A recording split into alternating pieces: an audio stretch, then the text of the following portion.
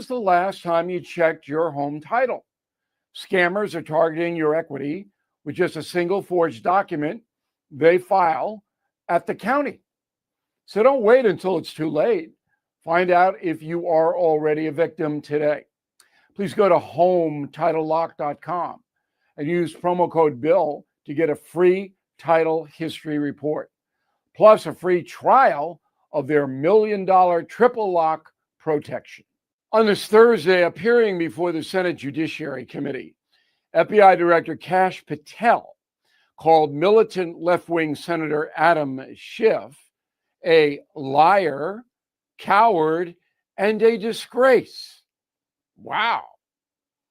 At issue was Schiff's attempt to embarrass Patel over the transfer of Ghislaine Maxwell, Jeffrey Epstein's pimp, to a softer federal prison. Mr. Patel answered that the Bureau of Prisons ordered the transfer, not him, which is likely true, even though the Justice Department did interview Maxwell a few weeks ago. It could have been a quid pro quo. That's possible.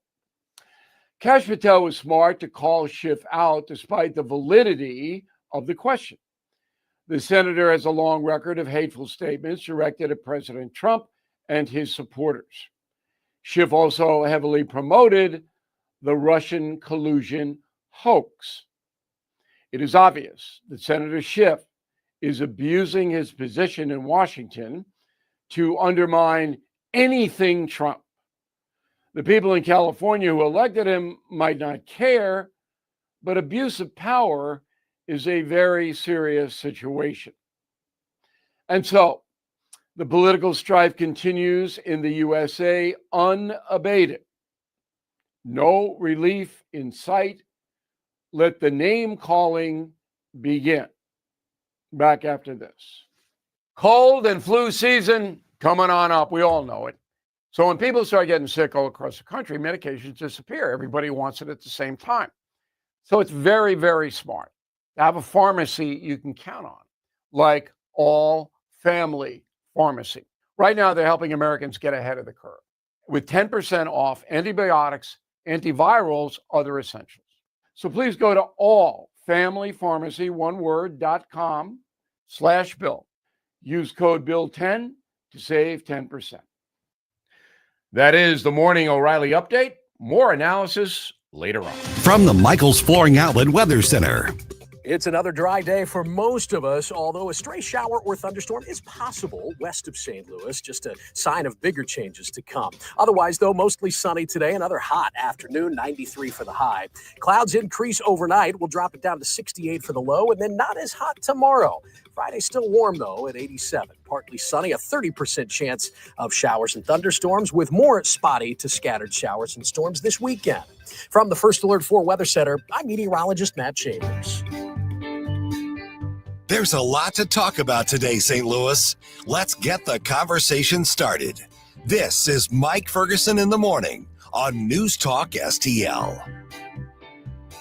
Okay, tonight is the big night. Steve Forbes is going to be at the Lindenwood University Scheidegger Center this evening. If you've already got your tickets, look forward to seeing you. I think I'm going to stay out in the lobby before the event and just say hi. Just look for the big News Talk STL banner. Love to meet you. Come on out. Hey, good morning, Mike Ferguson. And speaking of Steve Forbes, he joined us on the program yesterday, giving us kind of a hint of what we're going to hear tonight. And I got to tell you, I'm even more intrigued now, and I'm really looking forward to this. Here's how the conversation went.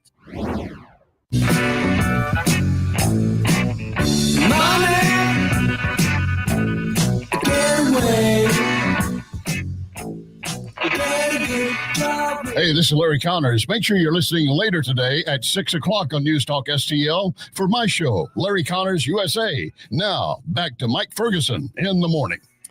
All right, I hope you're going to join us Thursday evening at Lindenwood University's Scheidegger Center for a conversation with Steve Forbes.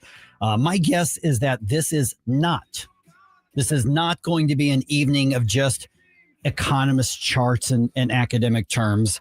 If you have followed Steve Forbes for any amount of time, and I have for a long time, his podcast, his writings for years and years, I've really admired his work. This is going to be something that I think we can all relate to and all be challenged by. So those of you who already have your tickets reserved, please make sure that you come on out. I think it's going to be really intellectually stimulating, and we're going to walk away with something we can use in our real lives here. And we're joined now by Steve Forbes. And Mr. Forbes, it's really a pleasure to talk to you. Thank you for being on the show. Want to start with something really. Good to be with you. Thank you. Yeah, Thank you for those kind words. Yeah, I've been an admirer for a long time, not just with the magazine and everything, but I love how you tie things together that are not just about the money and the finances. I mean, for instance, let me start with a real basic foundational part of the discussion. And this is really where I want to kind of pick your brain. When we're talking about free enterprise, we're talking about free markets. What we're really talking about is the role of government in business and commerce and entrepreneurialism. So how should we look at government and government's role in the economy? Because it just seems to me, and if I'm wrong, tell me I'm wrong. It seems to me that we collectively have kind of a warped view of how much we should be depending on the government for the economy and for our opportunities to flourish. Right. And I think the role of government, basic role of government, is to create the environment where people, in the words of Abraham Lincoln, have an opportunity to improve their lot in life. It doesn't mean the government runs your life. Just make sure that you have a basic rules of the road. You know, James Madison, the man who was the father of our Constitution, said, we are not angels. We need laws. We need government. But we need tempered government that knows what its limitations are. So it's one thing to have, say, for example, speed limits and things like that for driving an automobile. You don't go 100 miles an hour in a school zone. But it's quite another thing if the government tells you what car to buy, where to drive it, and when to drive it. So minimal regulations, minimal rules. And this gets to something, you touched on something, and I'm glad this administration is tackling, and that is all the literally hundreds of thousands of rules and regulations that burden businesses and burden people today. Just one quick example, Mike. If you take your pooch on one of those flexible leashes and you go on federal land, if that leash is longer than has a length of longer than 6 feet, you're violating federal law. That's how crazy and picayune, you might say, the rules have become. And so the more we get rid of, if you want to buy an EV, fine. If you want to buy a traditional car or truck, fine. Your choice, not the bureaucrats. And by the way, you've gotten me off on this. One of the reasons we find that a lot of basic household items don't work as well is because of regulations. You remember washing machines used to be able to do a load well in under an hour. Now, what does it take? 3 hours?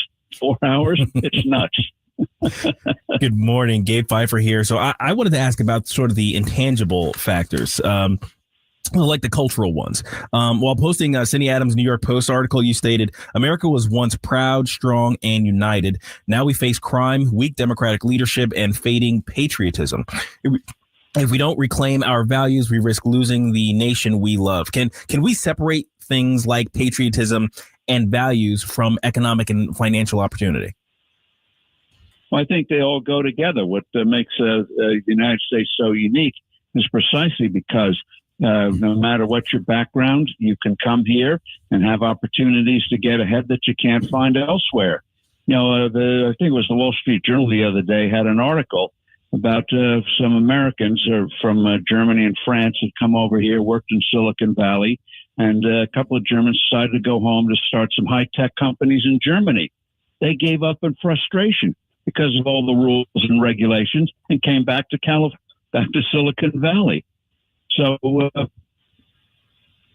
can discover that, make mistakes, learn from the mistakes, and move ahead, and enjoy the pursuit of happiness, as it was guaranteed in our Declaration of Independence.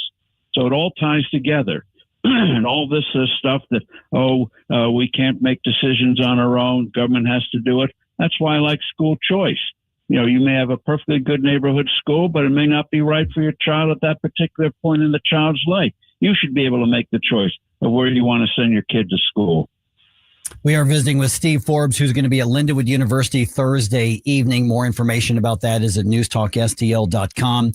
Speaking of, I guess the cultural aspects and what we stand to lose right now in the country, I've got to ask everybody in the public eye, what is the murder of Charlie Kirk and specifically the divided reaction to it? Tell us about ourselves right now, Steve. Well, I think people are recognizing, and I think this is actually was a trend long before the horrors of last week, is that the normal norms, what you might say, guardrails, norms of what you do and what you don't do, have been worn away. And so with social media, people feel they can say things they know they shouldn't say. They can hide behind anonymity. But I think one of the things that's happening in reaction to that terrible assassination is that people are taking stock. Where we need guidance again. We need norms again in terms of customs, you might say, of what's proper and what isn't proper, especially among young people. And the fact that Charlie Kirk had such appeal to young people, the fact that they're now seeing, and I know this is a touchy subject, but we're not going to discuss theology, but that younger people are turning to a religion again that find a purpose in life. And I think he stood for that, and it's such a bitter irony that he was doing what we want our public square to be, where you civilly engage with people who may not agree with you. And he did that routinely. That's why it's thousands of young people come to his events. Very well said, Steve. Thank you. Now, in terms of what young people seem to be embracing these days, we've got socialism just kind of rising in America in all kinds of ways. We've got out and out socialists as political leaders, as elected officials, and now I think as one of the biggest potential gets, I guess, for the commies in America is a potential communist mayor of New York City, one of the biggest cities in America. What do you make of this embracing of socialism on the left in recent years, and how do we combat that ideology? Well, I think what the reason that you see it rise is because people don't know what it is. Social. Who can be against being social? But the fact of the matter is, people don't know what socialism means. It means government control. It means tyranny. And New York City, thanks to government, things are very, very expensive. Young people can't get apartments. And you look at the streets; they're not what they should be. Fortunately, we have a good police commissioner who's starting to make some real inroads against crime.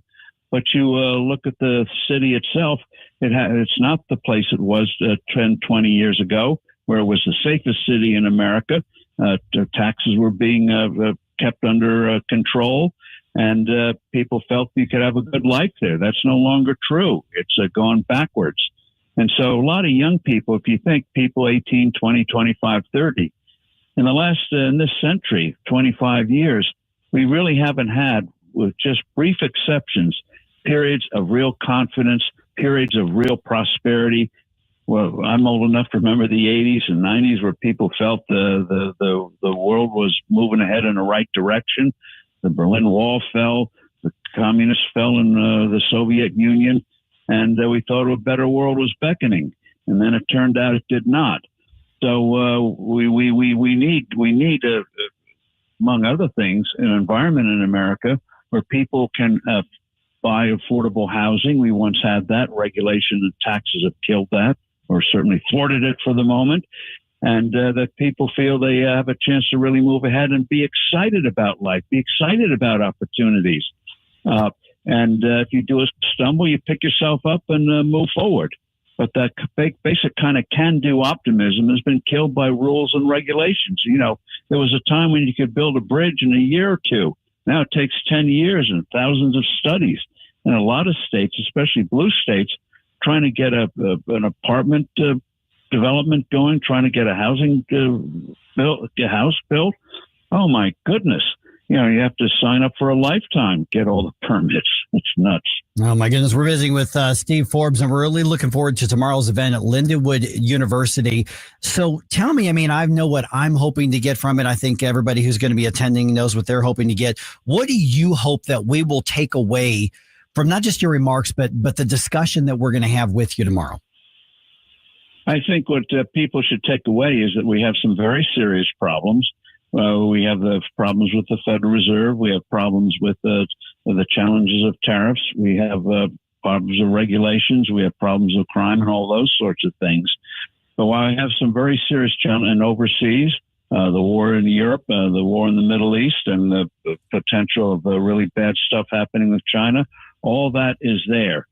But the fact of the matter is that what I hope people take away is there are most of these problems were, you might say, person-made. I used to say man-made, but person-made, and they can be solved. There are very basic solutions, good, positive ones. I'll just give you a quick example. Everyone says, "Oh, the Social Security system's going to go bust in pick a number, 8 years, 10 years." And the fact of the matter is, this is also an opportunity. If we have the economy growing what it did historically in this country, I hate to bring up numbers early in the morning, but we used to do on average over time, 3.5% a year, you get that kind of growth back again. And first of all, the doomsday date for Social Security goes off for another 10 or 20 years, but also gives the opportunity to introduce a new system for younger people, where those taxes, instead of going to the government and getting spent right away, which is what happens today, a portion of that money goes into your own personal account, proper rules and regulations, and so you can't use it to go out and bet on racehorses and the like. But it's sort of like an IRA or 401k at an early age, and that way, there are numerous studies on this, going back and seeing even in the worst of times, you'll end up from Social Security younger people getting 2 to 5 times what they're going to get under what people get today. The returns on Social Security have been terrible the way they've run it. And so for younger people, this is a chance when they get their first part-time job and they suddenly find they're accumulating a thing called capital, and they realize this is a retirement fund that comes from their labor, their work, not the politicians. And they can choose their own retirement age. And if they don't, if they have money left over, they can give it to their favorite family member or pet or whatever. But let people have control of the money with basic rules, so you have something there. And even if you just put it in bank CDs, you'll end up with 2 to 3 times younger people when you decide to retire than what you're getting from the rottenly run system that we have today. So these are opportunities. I want people to have a sense there are great opportunities out there, especially in healthcare. I mean, imagine the time's going to come where in not too many years from now, you can get a heart replacement, a kidney replacement, lung replacement, almost like changing a tire.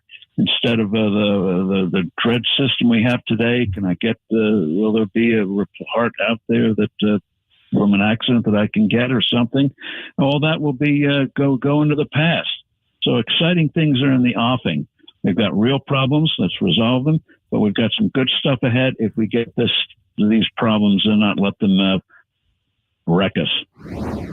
All right, just ahead here, right around 6:35, St. Louis County Councilman Dennis Hancock. He's going to join us. He was the only Republican to vote against the resolution honoring Charlie Kirk. We're going to pick his brain a little bit and find out why he decided to do that. Once again, that's at 6:35 right here on 101.9 and 94.1 News Talk STL. News, analysis, opinion. Don't always agree, but in love listening to your radio station. This is tyrannical stuff they're doing. Elections have consequences. This is 101.9 and 94.1 News Talk STL. Jamie Allman here, tossing and turning over retirement worries. You're not alone. 3 out of 4 Americans share your concern about having enough saved. But here's the thing. A comfortable retirement isn't out of reach, even if you're planning for 30 or 40 years ahead. Every day, Jeff Portman from the Gemini Wealth Group helps people avoid the critical mistakes that can derail their retirement. Build your path to financial confidence. Visit GeminiWealthGroup.com or call Jeff directly at 314-888-0123. Securities and advisory services offered through LPL Financial, a registered investment advisor. Member FINRA, SIPC. From home improvement to replacement, do-it-yourself electrical projects can be shocking. That's where Grasser Electric can help. They've been lighting up St. Louis for years. From ceiling fans and dimmer switches to repair or replacing your electric. No job is too big or too small for your home or business. Grasser Electric will even install emergency backup generators. So call Grasser Electric today before the sparks start to fly. 636-441-5200 or go to grasserelectric.com. The Herzog Tomorrow Foundation provides private school tuition scholarships through Missouri's new Most Scholars program to cover the cost of accessible, high-quality schooling. Hi, this is Myella Esser with the Herzog Tomorrow Foundation. Our private school tuition scholarships wouldn't be possible without the support of generous Missouri taxpayers. If you're a Missouri taxpayer interested in redirecting your tax dollars and sending them to Missouri students in need of a better education, please contact me at herzogmostscholars.org. Better education for students creates a better tomorrow for all.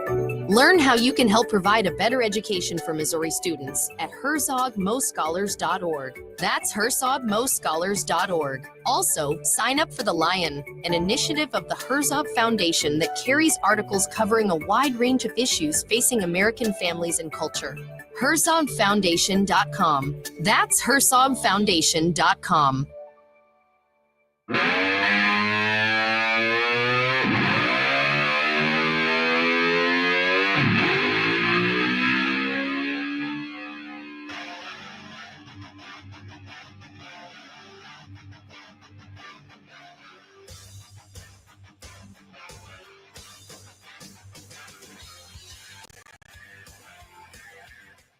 Get up, St. Louis. It's Mike Ferguson in the morning. All right, let me start off by putting a smile on everybody's faces with two words. Oh. Jimmy Kimmel. Oh. I know there are people who are like, yay! Okay. In case you haven't heard, and I suspect you have, even though it is 5:53 in the morning right now, his show is going the way of Stephen Colbert's show, except there's no long goodbye. Jimmy Kimmel, for all intents and purposes, canceled. About darn time. Yeah, so it's not technically he's suspended indefinitely, but that is basically a way for them to figure out a settlement because there's a contract involved. Yeah. And they got to pay out something, and that's how it goes. So if you haven't heard, MAGA celebrating, another one biting the dust. I mean, that's what's happening here. I'll be really honest. I have not watched Jimmy Kimmel in many, many years. I just never really found him funny, and I never found him smart. Yeah. And that's not just because he's on the left and I'm on the right. I just never thought he was that funny. I agree 100%. Yeah. I mean, like, I can enjoy Bill Maher, but I can appreciate Bill Maher. Even when I disagree, I can appreciate Bill Maher. Yeah. I just don't even know anybody that watches. Like, who's watching his show to begin with? I know. Yeah. And he's, so he's become these amazing. The funny thing is, I remember, and this literally might be before you were born. Actually, I'm sure it's before you were born. He was part of a show called The Man Show on, was it Comedy Central? I think it was. Like, it was one of the first shows on Comedy Central way back in the day. It sounds vaguely familiar. And he was the sidekick on that show. And I want to say, who was it? Was it Adam Carolla or somebody like that? And so their big thing at the end of the show was girls bouncing on trampolines. Comedy. That's all it was. Like, they would do the closing credits with pretty girls jumping up and down wearing, swimsuits, and that was it. And then the whole thing was The Man Show was kind of before we had the term woke, it was the offensive bro culture kind of thing. Oh, okay. And there were times where that was kind of funny. I was growing into adulthood at that time, so even I was starting to leave that behind. But back then he wasn't political. He was just kind of lowbrow comedy. But here's what was actually said. The people are saying this is what got him canceled. I'm going to argue this isn't actually what got him canceled, but here's what he had to say. The MAGA gang desperately trying to characterize this kid who murdered Charlie Kirk as anything other than one of them and doing everything they can to score political points from it. Okay, so obviously turns out that is 100% wrong. I think they probably knew that at that time. But I'm going to argue, because people are saying he said a disgusting thing about Charlie Kirk. He actually didn't say anything about Charlie Kirk there. Yeah. He said everything about the MAGA movement. That's what it was. So that in and of itself honestly isn't as firebrand as I think a lot of people are saying. I think this was the straw that broke the camel's back because of years of him saying untrue and vile things about his political opponents, basically against conservatives, against Trump, against MAGA. So I think this is a matter of Nexstar, which is a company that owns a whole bunch of ABC affiliates, said, we've had enough. They're like, we're done. This guy is not, this guy is so one-sided that they called it not operating in the public interest, which is code word for we're really serious about having a legal out with our contract. And then ABC didn't really have a choice. This is one of their biggest affiliate owners, and then they pulled him. So I don't know. I haven't read. I'm sure they've announced what they're going to have in Jimmy Kimmel's place, but I don't know what it is because I just don't care that much. But that's the business side of it. But I don't think this is about one comment that he made that was stupid and false. I think this is the culmination of years of him just being a pretty gross person on TV.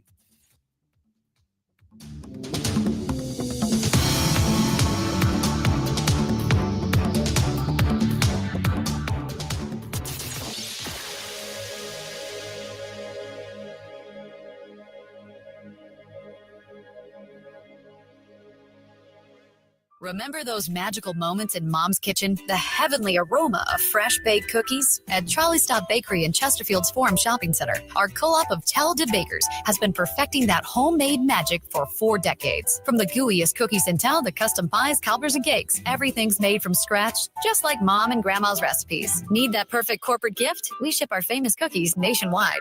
The Trolley Stop Bakery, 67 Forum Shopping Center, or TrolleyStopBakery.com. Because some traditions are too sweet not to share.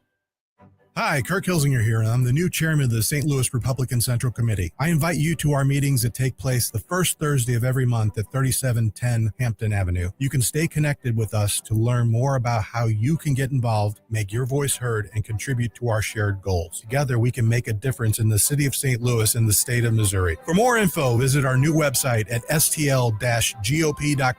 That's stl-gop.com. Paid for by St. Louis City Republican PAC. Curtis Farber, Treasurer. Escape to Augusta, Missouri, where country charm meets endless possibilities.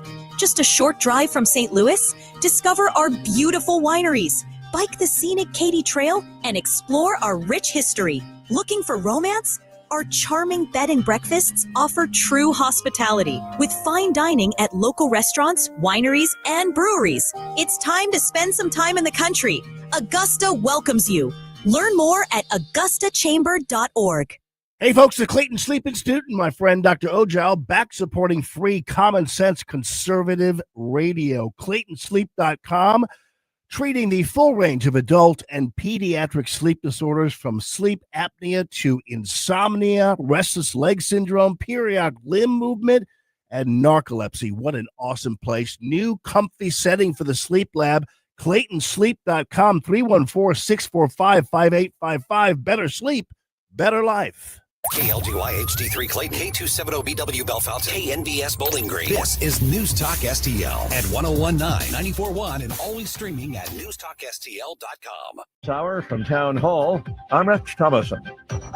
The cost of borrowing will be coming down a bit. The Federal Reserve has approved a 1/4 point cut in its benchmark interest rate. Although it was not unanimous, President Trump's new Fed appointee had hoped for a larger cut. Trump economic advisor Stephen Myron was a late addition to the Fed's Board of Governors this week, and he stood alone after the interest rate announcement. Myron was the only Fed policymaker who dissented from the decision to cut rates by a 1/4 point. Myron preferred a larger 1/2 point cut, but Fed Chairman Jerome Powell said there wasn't very much support for the bigger size cut among Fed officials.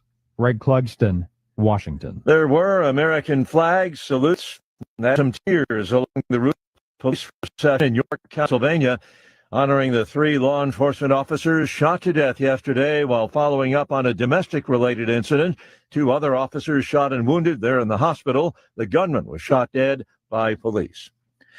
A censure resolution against Minnesota Democrat Congresswoman Ilhan Omar over remarks that she made about Charlie Kirk has failed to advance in the House. 4 House Republicans voted with Democrats to table the legislation, effectively blocking it from receiving its own House-wide vote.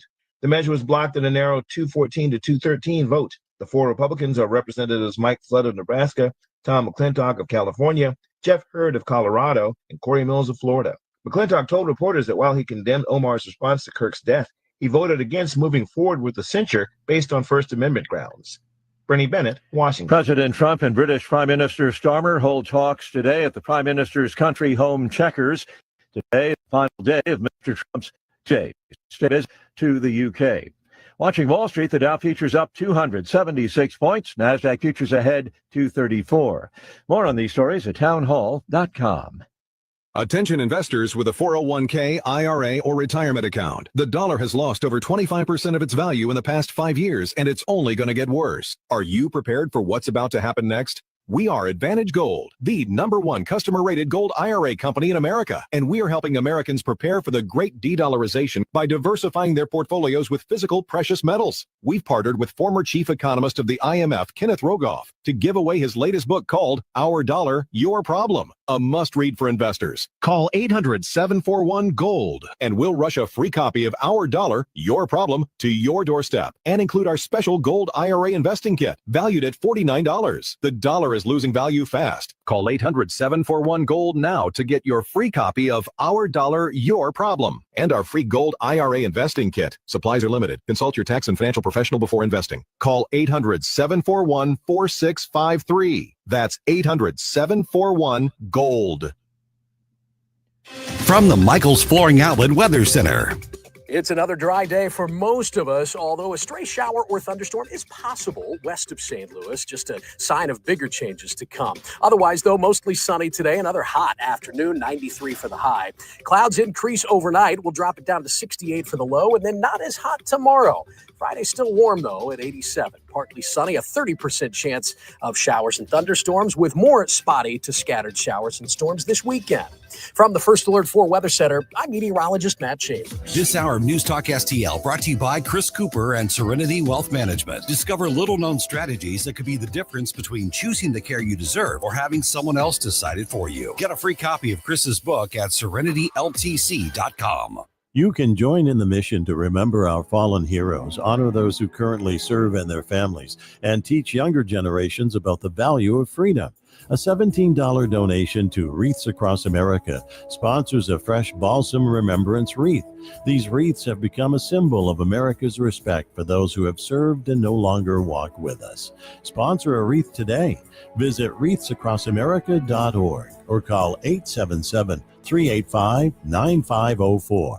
Hi, I'm Helene Tobler, culinary nutritionist at Body of Health Direct Primary Care. Here we do practical wellness. Dr. Randy and I have a common sense approach to healthcare. My passion is helping our members enjoy better nutrition because food is medicine. We approach problems with a lifestyle foundation and cutting-edge medical tool chest. At Body of Health, it's about being your healthiest you. If you want to experience healthcare the way it ought to be, schedule a discovery call today at bodyofhealth.com. That's bodyofhealth.com. News, analysis, opinion. Historic meeting between European leaders, Ukrainian President Volodymyr Zelensky and President Trump. We want to stop the killing, get this settled. 101.9 and 94.1. News Talk STL. Mike Ferguson. We the people. Gabe Phifer. It's not rocket science. Rocket science. Get up! Get up! Can't you hear the alarm? Get up! Get up! Mike Ferguson in the morning on News Talk STL. All right, Governor Mike Kehoe lets us know what his opinion is of sending the troops to the loop. So he's made a statement on that. Anybody hiring, by the way? There's this guy named Jimmy who might need a job. I got a friend. His name is Jimmy. He's not a friend. There's a guy named Jimmy. I'm just saying. And a couple of Battle Hawks are competing against each other this week. The competition is designed to be just full of, all right, 6:05 right now. Let's dump some news on you. The morning news dump. Are you joking? Is this a joke? Listen, folks. The morning news dump. If President Trump follows through and sends troops into St. Louis, he's going to be doing it unilaterally, at least as of right now. Governor Mike Kehoe tells KMOV that he has no plans to deploy the National Guard as a way to boost law enforcement in the city. The president says he's going to send troops into Memphis. Tennessee Governor Bill Lee is on board with that decision and actually requested the help. So that's a different situation. Governor Kehoe, obviously a supporter of President Trump, but he is not on board with the federalized National Guard being sent into St. Louis, at least not as of right now. So we have the answer to that question. Finally, right here. Let's do some updates here. We got a lot going on here. Let's see here. Let's start with the suspect in the Charlie Kirk murder here. Law enforcement officials in Utah are giving an update on the arrest of the suspect in the case. We have to say suspect because he hasn't confessed to law enforcement and he hasn't been convicted yet at this point, but we know he did it. Right. Washington County Sheriff Nate Brooksby describing the reasons that Tyler Robinson chose to turn himself in. Tyler knew it was just inevitable with all the law enforcement pressure that his picture in the news, the gun on the news. He knew it was inevitable that he would be caught. He was fearful of a SWAT team hit on his house, or he was fearful of being shot by law enforcement. And Tyler Robinson is facing charges of aggravated murder, obstruction of justice, witness tampering, and felony discharge of a firearm causing serious bodily injury. Utah prosecutors have already announced that they are planning to seek the death penalty. Yeah. So it's, as they should. Yeah. So the saying I'm fearful of, a SWAT raid or whatever the case is here. At some point, that sounds like a guy who suddenly had reality set in. Yes. I think he realized what how the inevitable end of this. Yeah. And yeah, it's going to get there, I think. Hopefully they do everything by the book and they don't cave into conservative media pressure or public pressure to expedite or overcharge. You've got incredibly serious charges you can get him on. Do it right. Yep. Get justice. Do not fumble this. Don't be afraid to frustrate people like us in this room right here. That's really where it should be. And it sounds like that's what they're doing at the local level. The feds have gone off, they wanted to run to the cameras and the microphones first thing to pat themselves on the back. They need to just stay out of the way at this point. Yep. I think. All right. ABC has suspended Jimmy Kimmel Live indefinitely. Oh no. Yeah. Okay. So he basically he parroted the false statement that Tyler Robinson was a MAGA person. Right. And that what he said. And that conservatives were trying to falsely paint him as a lefty. Like that's the narrative, the initial narrative that was coming out. Right. And this move comes after a threat from FCC Chairman Brendan Carr threatening ABC and owner Disney. Carr tells Fox's Hannity that President Trump has been unfairly attacked by the media, which has not acted in the public interest per their broadcasting license. These legacy media outlets threw everything at him, almost every single hoax imaginable, right?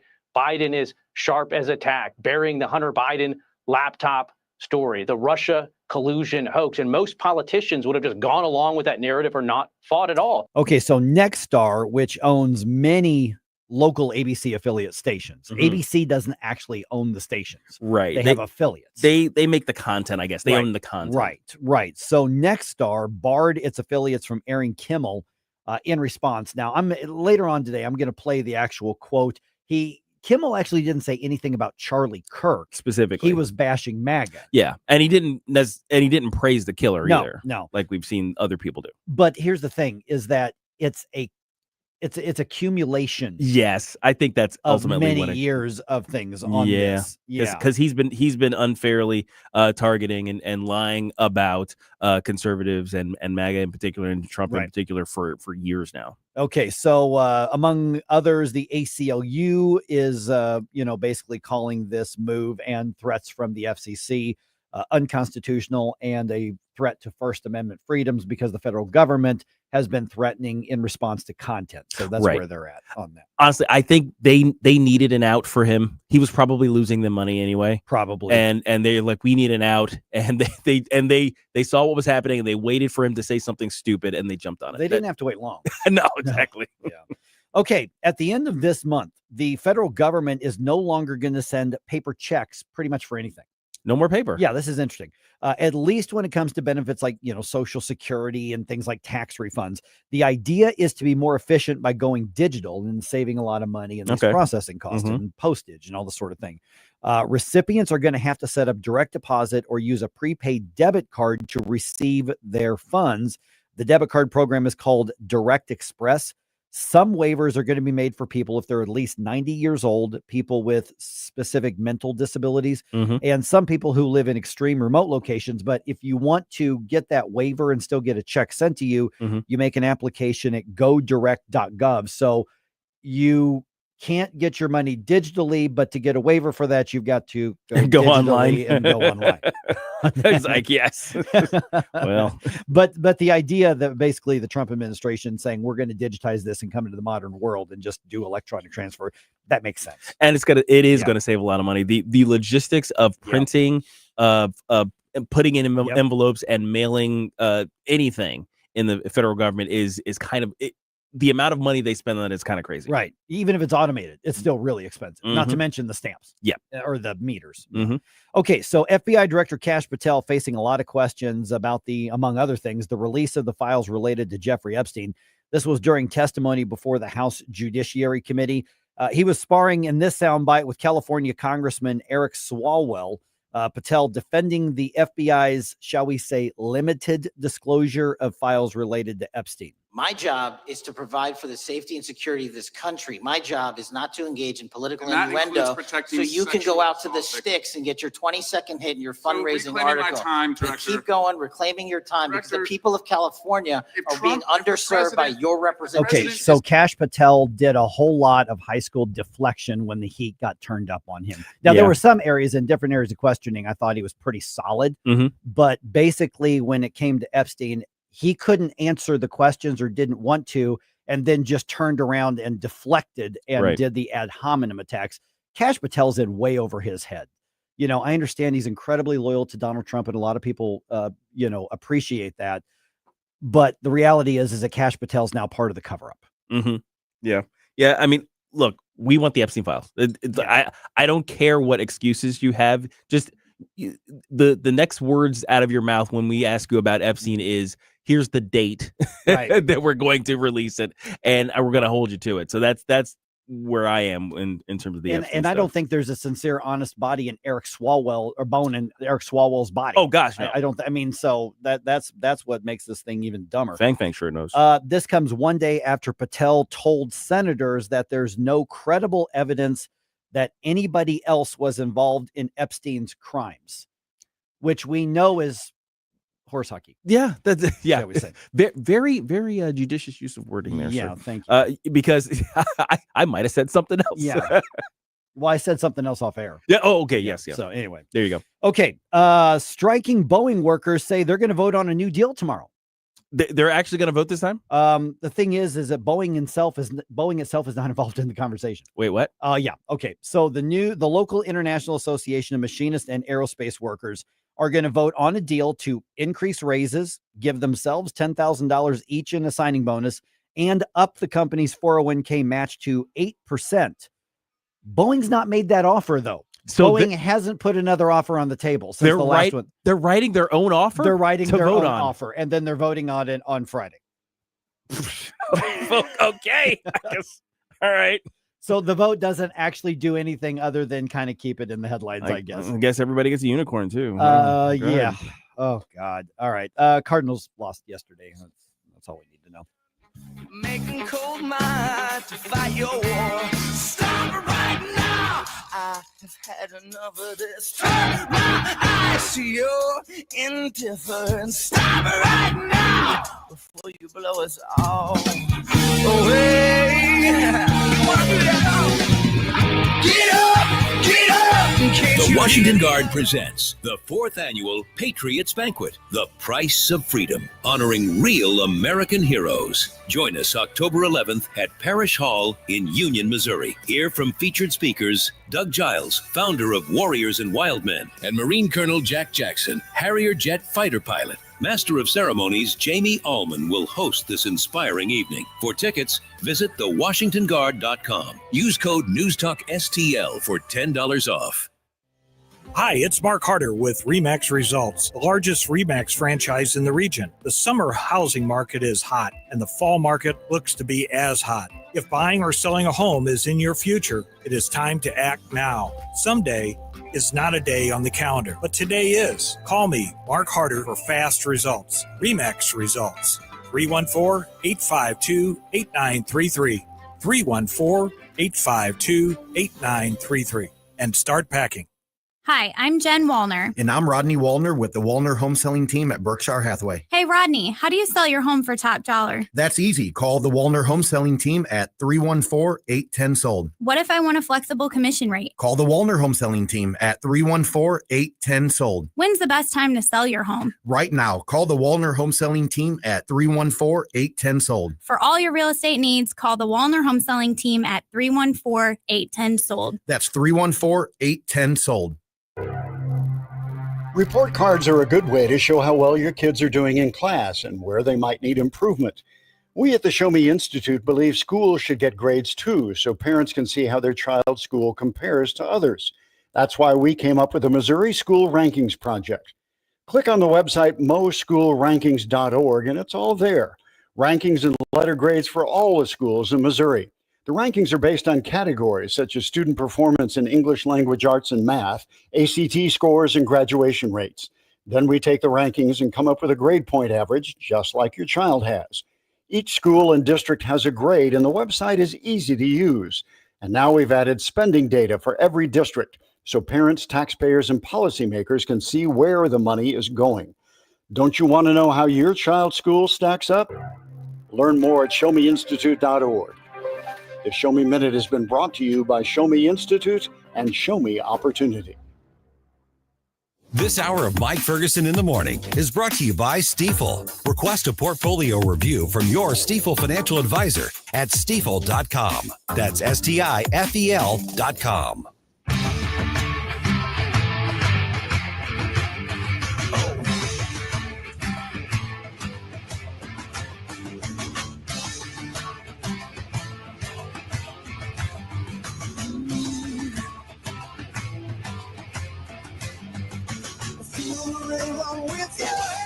Hi, this is Susie Moore. Check out my show, Red State Radio, Sunday afternoon at 4, right here on NewsTalkSTL. Now it's back to Mike Ferguson in the morning. All right, working to make state government better. That's what we're always trying to do, both Illinois and Missouri side, which, by the way, right around 7:05, State Representative Adam Niemerg from the Illinois Freedom Caucus is going to be with us, give us some updates. They're now using the I word in Illinois. Have you heard about this? No. Yeah. They are filing articles of impeachment against Governor J.B. Pritzker. Wow. Now, Okay. with a supermajority Democratic legislature, the chances of that actually happening is like negative numbers, like snowball Hades kind of thing. Yeah. But I think it's important that we put the conversation out there. So we're going to talk to him, talk about the Illinois side right now. Let's get an update on Missouri. Our friend Camellia Peterson from Americans for Prosperity. Pleasantly surprised that you're in town. Hello. Mm-hmm. All right. Okay. So let me start with kind of the basics. The second special session. First one, a lot of us weren't real wild about, kind of a debacle. Second one, if nothing else, the Republican majority was incredibly efficient at getting what they wanted done. Yes. When you look at, for instance, let's start with the IP reform, initiative petition reform. What do you make of their what their proposal is, what they're going to end up putting on the ballot? So a majority, it's still a simple majority, but it's a simple majority in all 8 congressional districts. Right. So it's obviously going to be a heavier lift. Mhm. And I mean, on the flip side, some people have been talking about how that that could work against us at some point too. So, but I think, it's, a lot of us have said that it's, doing something to make it harder to put things into the Constitution is a good thing. And there have been so many plans put forth over so many years that, I think we were all just ready for them to settle on something and get something done, because I think the true test for this is going to be at the ballot, because it's going to be a hard sell. Like somebody told me that they have done polling and polling is pretty favorable for it. So I hope that they are right, but I'm still a little skeptical because it's just so easy to, message against it.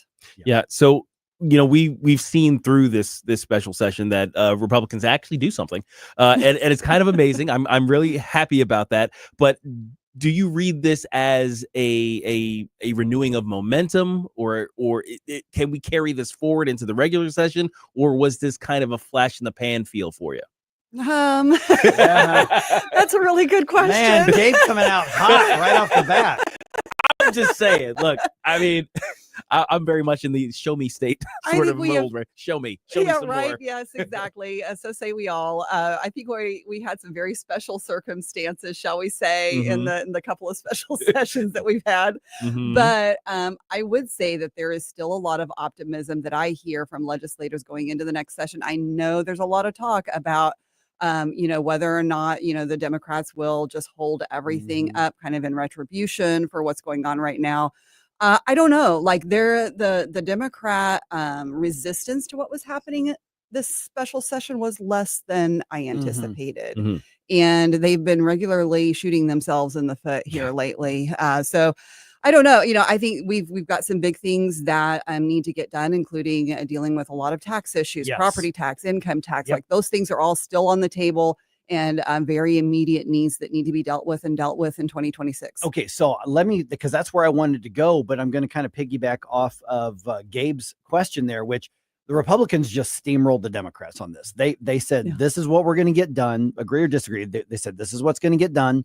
Everybody needs to be on board. Any questions? Okay, let's go do it. And then they did it. Okay, so now they know, and we know they can do that. Right. With the massive supermajorities that they have. So when we talk about property tax reform, income tax reform, spending, we talk about school choice, we talk about all these things. What is the approach they should take in 2026? And do you see the possibility that they're going to capitalize on that momentum? Because now we know the next Speaker of the House is going to be Alex Riley, who's going to be a big improvement over John Patterson. Love Alex. Yeah. And so what kind of momentum is there, not even just for the GOP as a party, but for those big red things, those conservative priorities? Sure. So I think, there's always the debate between the House and the Senate, right? Right. Yeah. Always that contention there. And I think that the truth is that the reason that we have moved things through and some big things through so quickly in the last few months is because there has been a willingness on the part of Senate leadership to work with House leadership, and also on Senate leadership to force the votes through by allowing the call for the previous question. If they have torched nothing else, they have torched the PQ this last time. That's right. Yep. So, but the thing is if it became this sacred cow that you couldn't, and you basically let the minority party dictate your agenda. And so, does there need to be a balance? And does the Senate still need to be the deliberative body? Yes, I think so. But I think this willingness to do what you need to do on the big issues and changes that need to happen is very promising. And I think that it'll be interesting to me. I think that we will see that continue, but I'm like, we'll see. Yeah. Now, we can't not talk about Charlie Kirk, right? And the reaction that has come out on both sides, I think, says something about us culturally. Sure. How would you interpret what you've been seeing in terms of what both conservatives and the left has been saying in the wake of that? So I think that there's a lot of talk about cancel culture, and everybody's talking about how do we define that. And if I've heard the phrase come out that it's more like consequence culture. Right. And so I think that is true. I do think that, if we're talking about government censorship of speech, that is one thing. If you're talking about facing the consequences of your own speech to your neighbors, that's a different thing. Like public accountability for each other, that's okay. Like we should hold each other accountable, right? Yeah. So I think there is some value to that public shaming and consequences because, when you talk about people getting fired in businesses and how they respond, like whether we like it or not, and yes, what we do in our personal time is our personal business, but we are still a reflection on the people that we work for. So there's an element of that there. Yeah. And that's one of those things where I think leading by example is going to be key here, because we're going to talk a lot about, for instance, Jimmy Kimmel, getting canceled. Matt Walsh had some interesting things on cancel versus consequence sort of culture regarding here. But I think as much as anything else, this is illuminating the divides, not causing, but illuminating them. Agreed. Yeah. I mean, the thing I think about all the time with this is kind of, I'm always thinking like, where do we go from here? Like, what is the outcome of this? Because I do think that people need to experience the consequences of their behavior, right? But it is, I guess the question for me is always will they learn from it?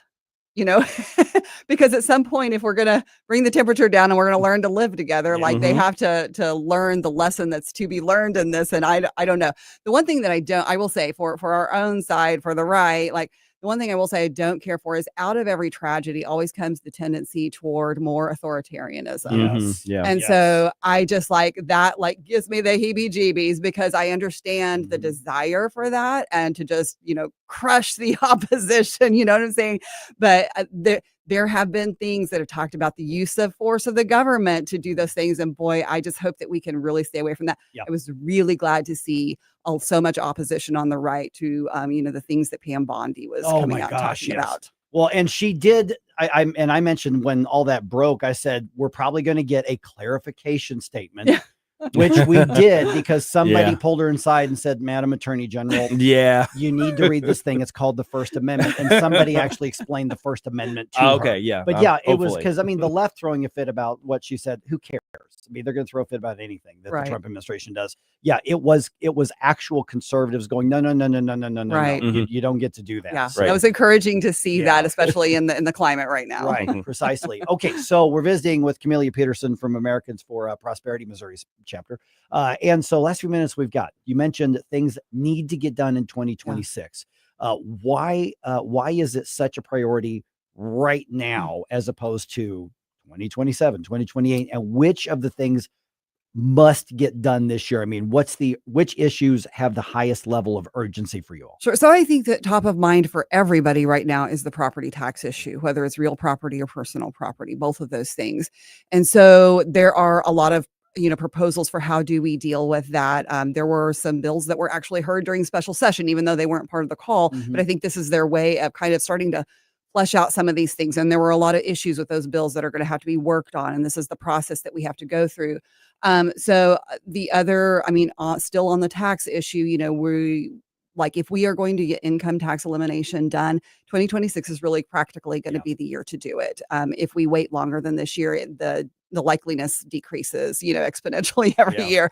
But I do think that we can do both things. And, one of the things that I am looking into right now on behalf of AFP for Missouri is something that would work on the property tax issue called truth in taxation. It's basically what it is it would require your local governments to notify you anytime they are considering doing something that impacts your property taxes locally. They have to mail you something so that because that's part of the problem here is that people don't know this is going on until all of a sudden it's on the ballot. Right. And then people don't know that it's on the ballot and very few people are voting on it. And you get these taxes in place and so anyway, we need more transparency in government. So there are a lot of different ways that we need to come at these. And I think, there are a lot of good ideas out there. And I think we can get it done. Election years, 2026 being an election year, it encourages some politicians to get really timid. Yeah. For the big things. Yeah. Can we avoid that this year? I think the things that we're looking at doing are maybe not necessarily the things that they should be timid about. You know what I'm saying? They're not necessarily the hot social issues that, we have been dealt with over the last year or two.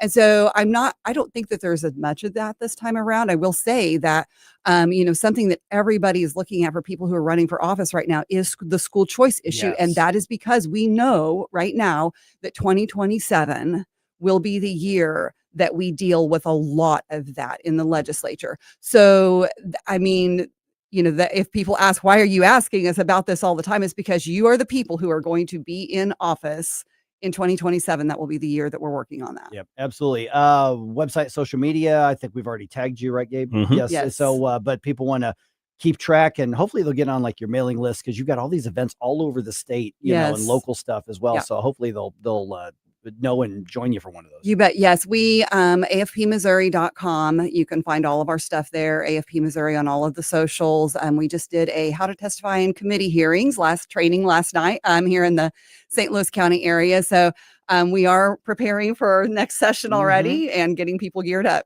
And that was for like us regular people. That's right. Who aren't politicians. And That's right. That's the great part, because that makes a big difference. Yes. Yes. I do not recall. sorry. No, that's different kind of testimony. I'm having flashbacks. I'm sorry. I'm having flashbacks. All right, Camellia, great to see you. Thanks so much. Appreciate that. Thanks.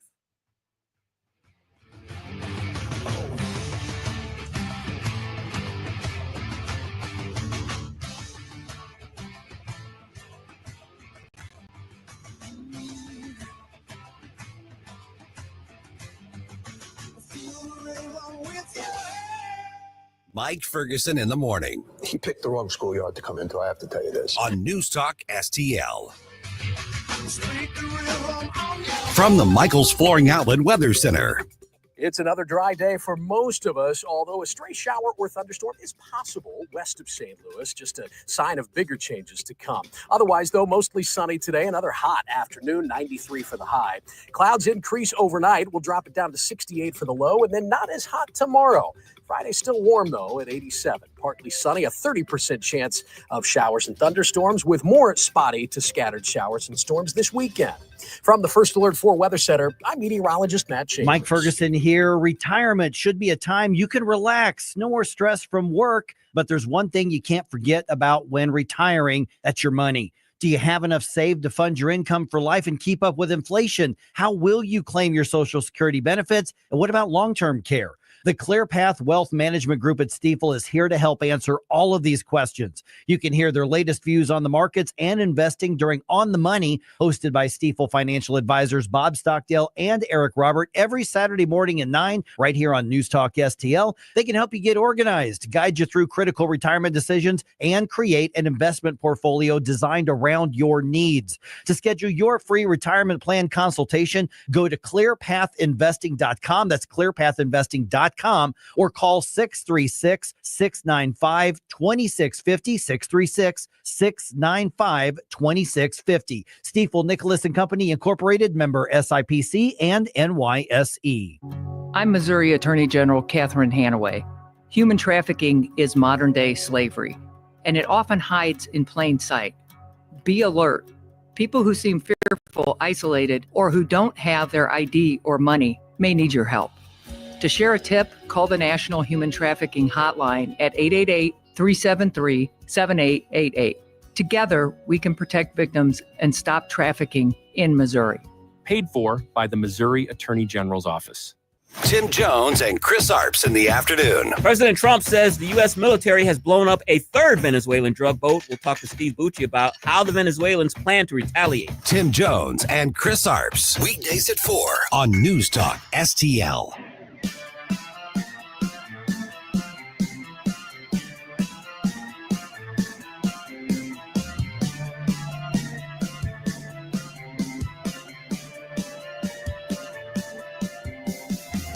Hi, this is Jefferson County Councilman Billy Crow with a reminder to check out our new show, Jeffco Patriot Radio, this and every Sunday at high noon. Now, back to the Mike Ferguson in the Morning Show. All right, conservatives want to know, and we're about to get the answer. Why did a Republican vote against a resolution recognizing Charlie Kirk in St. Louis County? It is 6:34 right now. We're now joined by St. Louis County Councilman Dennis Hancock. And Dennis, appreciate you being on the program here, because I'm curious. I want to know as well. And let's be real honest. There's some Republicans that are mad at you right now. So the resolution was proposed. It failed on a 5-2 vote, so which means that it wasn't going to pass anyway. Why did you decide to vote against that resolution recognizing Charlie Kirk and before the council? Well, thanks for having me on, Mike. I appreciate it. And first, I want to make sure that everybody understands that my thoughts and prayers are with Charlie's family. I can't imagine what they're going through right now. To lose their husband, father, especially with young kids, their life ahead is going to be rough.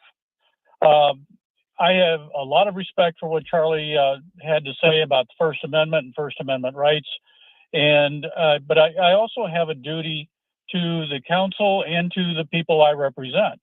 And so I see the county council as the last line of defense for taxpayers, property owners, and citizens against Sam Page's partisan, liberal, and careless management. And right now we have a working coalition on the council, 3 Democrats and 3 Republicans, and we're able to do the things that we need, that I just said, hold the line against Sam Page. And we have to keep that coalition together. So when I started listening to the discussion and listened to what my colleagues on the council had to say, I realized that we were in a position where that whole coalition could blow up in our faces very quickly. And so I thought it was more important to take a stand against Sam Page than to take a stand, a meaningless stand against, in favor of a resolution for Charlie Kirk.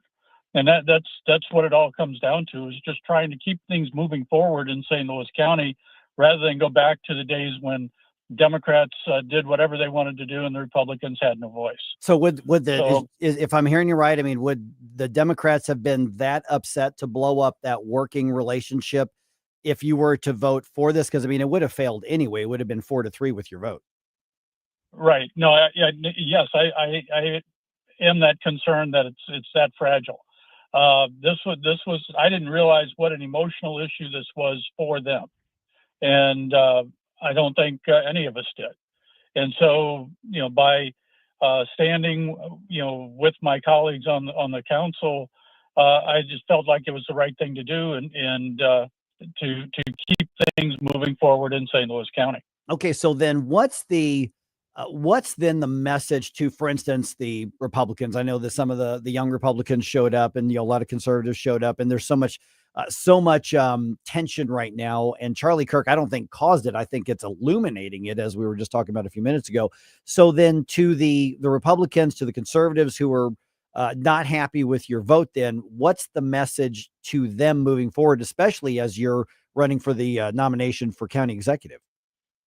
Well, I think that, first and foremost, I'm a pragmatist. If I'm going to run and we're going to change and the Republicans are going to be successful next year, we have to be pragmatic about some things. And because if we're not in a position to do something, we can't do anything. And so we have to put ourselves in a position to do that. And I know that sounds self-serving and a few other, whatever other adjectives you want to use. But we have to turn the ship of state around in St. Louis County, and until we get somebody, a Republican or a conservative, in the county executive's office, that's not going to happen. So that's what I'm looking to do, and that's my message going forward is, we're not going to agree on 100% of every issue. And Charlie, was an advocate of it's okay for us to disagree, to have different points of view. And I would suggest to those folks who are skeptical of my Republican credentials, look at my record. I'll put my record up against anybody's, as far as my record on fiscal responsibility, on being a good steward of taxpayer dollars. I was the advocate and the shepherd for the senior tax freeze, which will help an awful lot of people in St. Louis County stay in their homes. So I'm comfortable with where I am, and I'm comfortable with my positions. Good morning, Dennis. Gabe Phifer here. So it sounds like, and correct me if I'm wrong, if I'm reading this incorrectly, it sounds like you were probably a yes vote before you got into the room, but once the conversation started going, you kind of had to make a sort of game day decision on it. Is that, am I reading that correctly? That once you kind of got a beat on where your fellow members on the council were on this issue, that you realized the fragile detente, I guess, was in danger.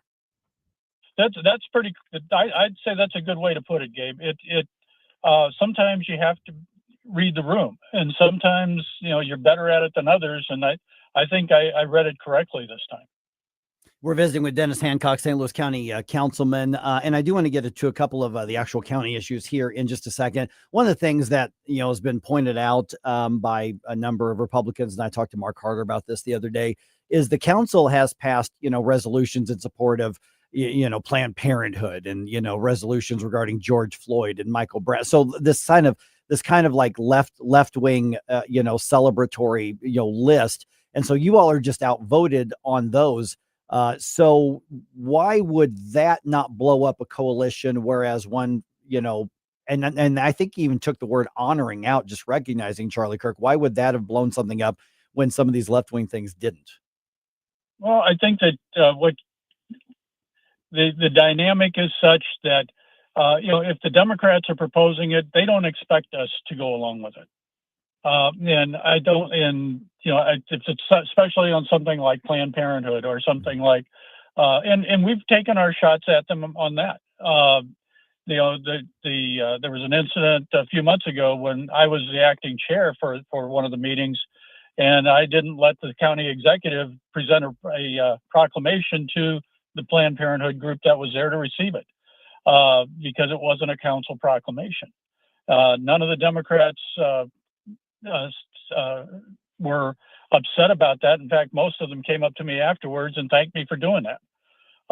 So we can work together on some, and we all recognize there are going to be some issues that we're not going to agree with them on, and those are the ones that we typically, the votes are 4-3, but they're still 4-3 at the end of the day. Okay, so let me follow up. You just mentioned the senior property tax freeze. Boy, the implementation of this in St. Louis County has been a mess. The administration of it's been a mess after you all approved it.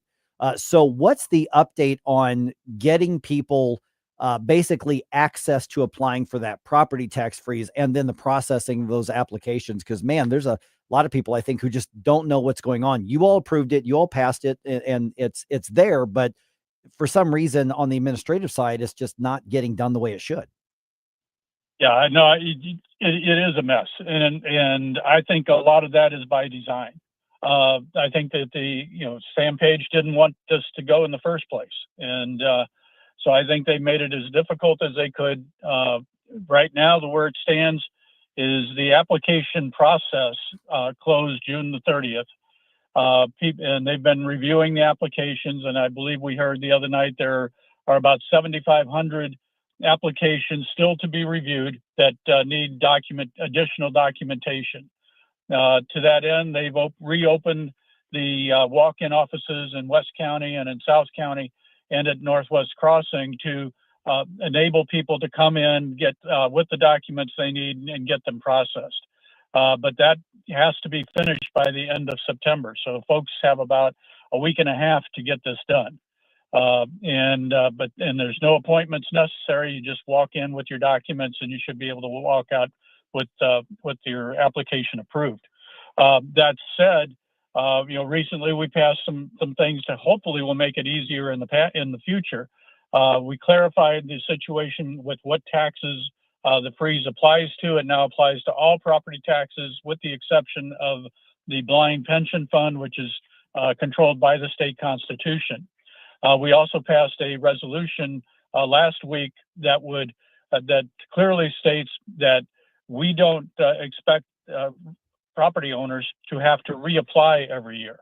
That should help everyone, including the employees at the county going forward, because if you've applied and you've been approved, you're good to go till something changes in your circumstance. Either you sell your house or something along those lines. So I think we've made changes to the good. The proof's going to be in the pudding, but I think we're in about as good a place as we're going to be for a good while. All right, Dennis, what's the website and social media? And let me just tell you, thank you for coming on, because when I texted you yesterday, you knew you were going to get some tough pointed questions. So I appreciate you coming on and facing those. Well, I appreciate that, Mike. My website for the campaign is Hancock for County Council, countyexecutive.com.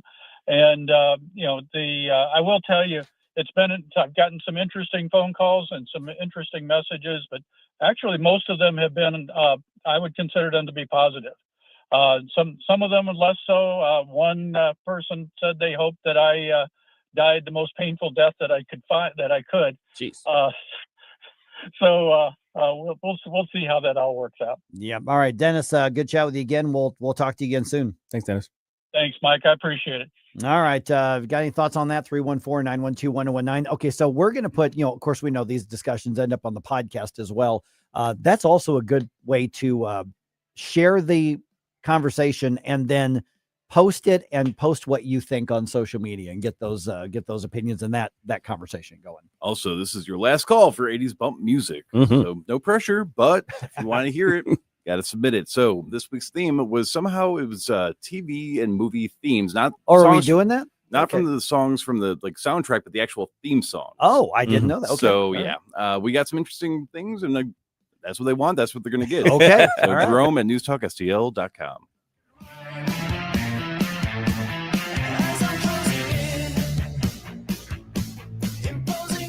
This is 1019 and 94.1. I have to tell you, if this is how they're going to behave, I'm rethinking my position. News Talk STL.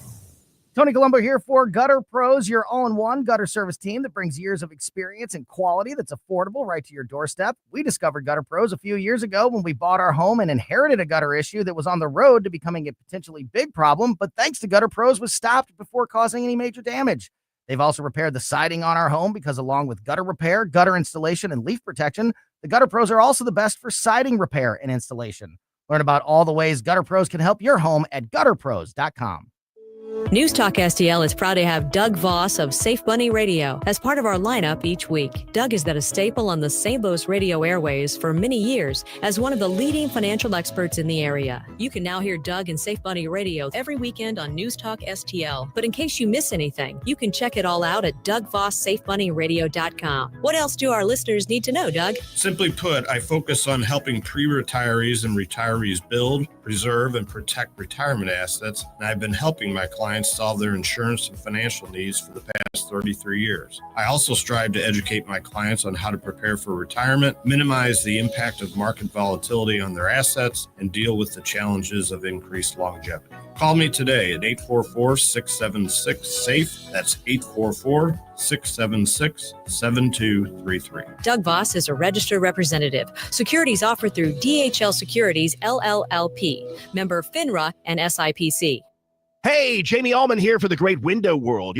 Just over the last 20 years of Window World being in St. Louis, they've improved the look and thermal efficiency of more than 76,000 customers in St. Louis. Plus, Window World windows come with a lifetime warranty that covers all parts, glass breakage, and labor. And now Window World is now offering 36 months, same as cash financing with approved credit. Call them today at 314-993-1800, 314-993-1800. Would you like to win a full season of mosquito and tick protection? Tim Jones here, the new Mosquito Nix team in St. Louis, celebrating their launch with a bite-free backyard sweepstakes. One lucky family will get their entire yard protected. 10 others will get a free fogging treatment just for entering. Call 636-698-1980 now to enter. 636-698-1980. Keep your yard safe and your summer itch-free. Service area restrictions do apply. Mosquito Nix offers permanent, automatic mosquito and tick protection. It's not just fogging, it's real coverage you don't have to think about. They've already helped over 40,000 families nationwide take back their yards with their automatic mosquito control system. Visit MosquitoNix.com to learn more. That's MosquitoNix.com, 636-698-1980 to enter the backyard sweepstakes. Keep your yard safe, your summer bite free, 636-698-1980. This hour of Mike Ferguson in the Morning is brought to you by Stifel. Request a portfolio review from your Stifel financial advisor at Stifel.com. That's STIFEL.com.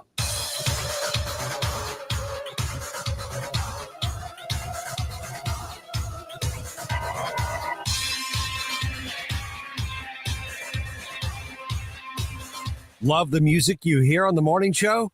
Check out Mike's morning music playlist at NewsTalkSTL.com. All right, here's what's going on. Governor Kehoe lets us know his opinion when it comes to sending troops into the Lou. Also, Jimmy Kimmel, he gone. Mm-hmm. Yeah. out. Yep. Goodbye. He's gone. We're going to get some thoughts on that. No. And a couple of Battle Hawks are now competing with each other off the field. That's going to happen tomorrow, and you can be a part of it. I'll tell you all about it here in a moment. It is 6:50. Let's dump some news on you. Wake up, America. It all worked out. They got all the news. The morning news dump.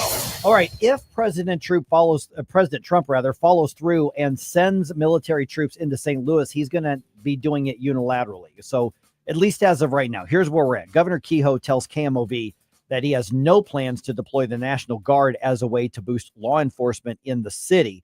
The president says he's going to send troops into Memphis after, of course, taking over Washington, D.C. In that case, though, Tennessee Governor Bill Lee is on board with that decision.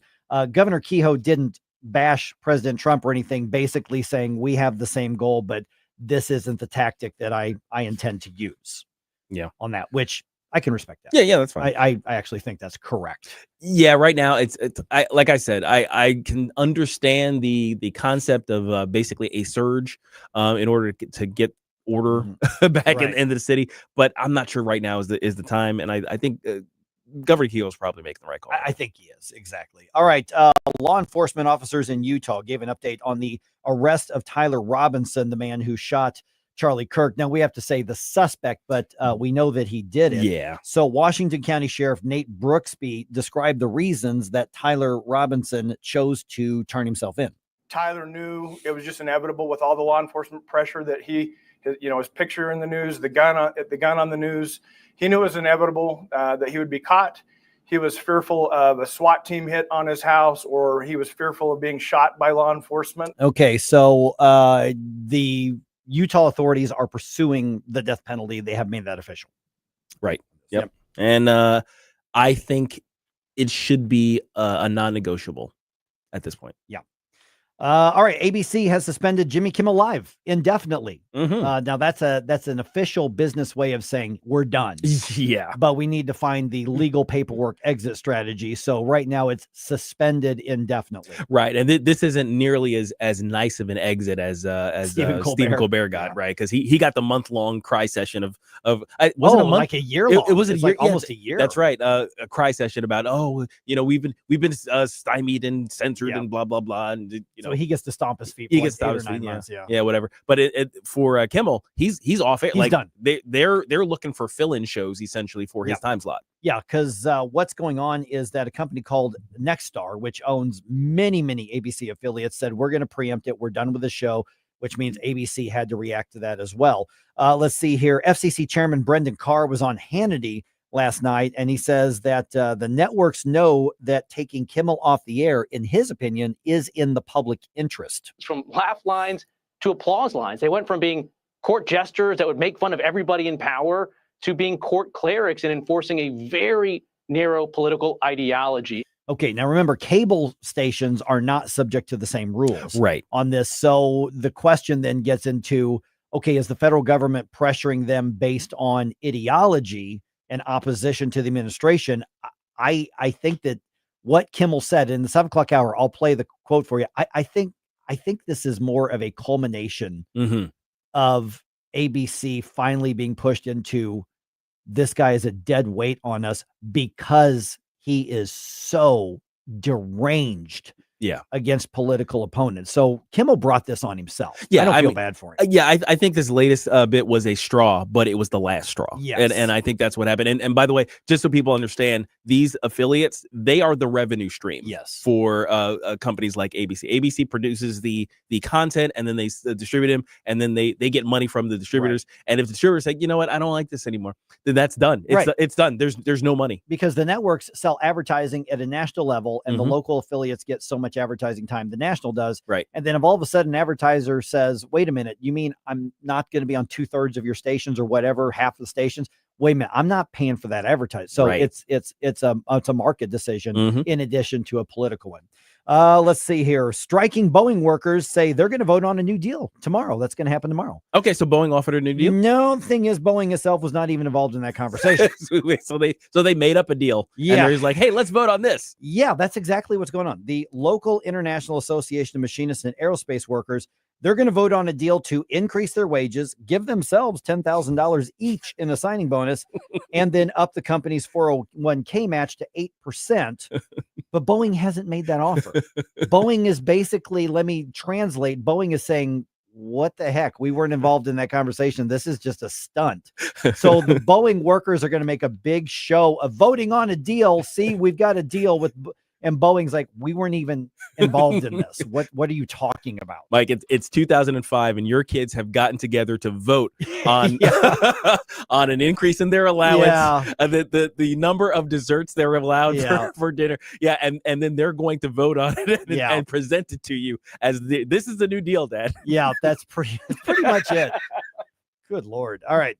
2 Battlehawks are competing against each other on Friday, and it is to help families in the St. Louis area. This is kind of fun. Cam Kelly and Jake Sutherland. Sutherland's been on the show a couple times. Oh, yeah. They are competing to see who can bring in the most donations of diapers. Oh, cool. Yeah, to the St. Louis area diaper bank, and that serves about 2,500 children each month. All right. They hope to collect 200,000 diapers. Donations can be dropped off at the Diaper Bank's warehouse, which is on Etzel Avenue in the city between 10 and 6 tomorrow.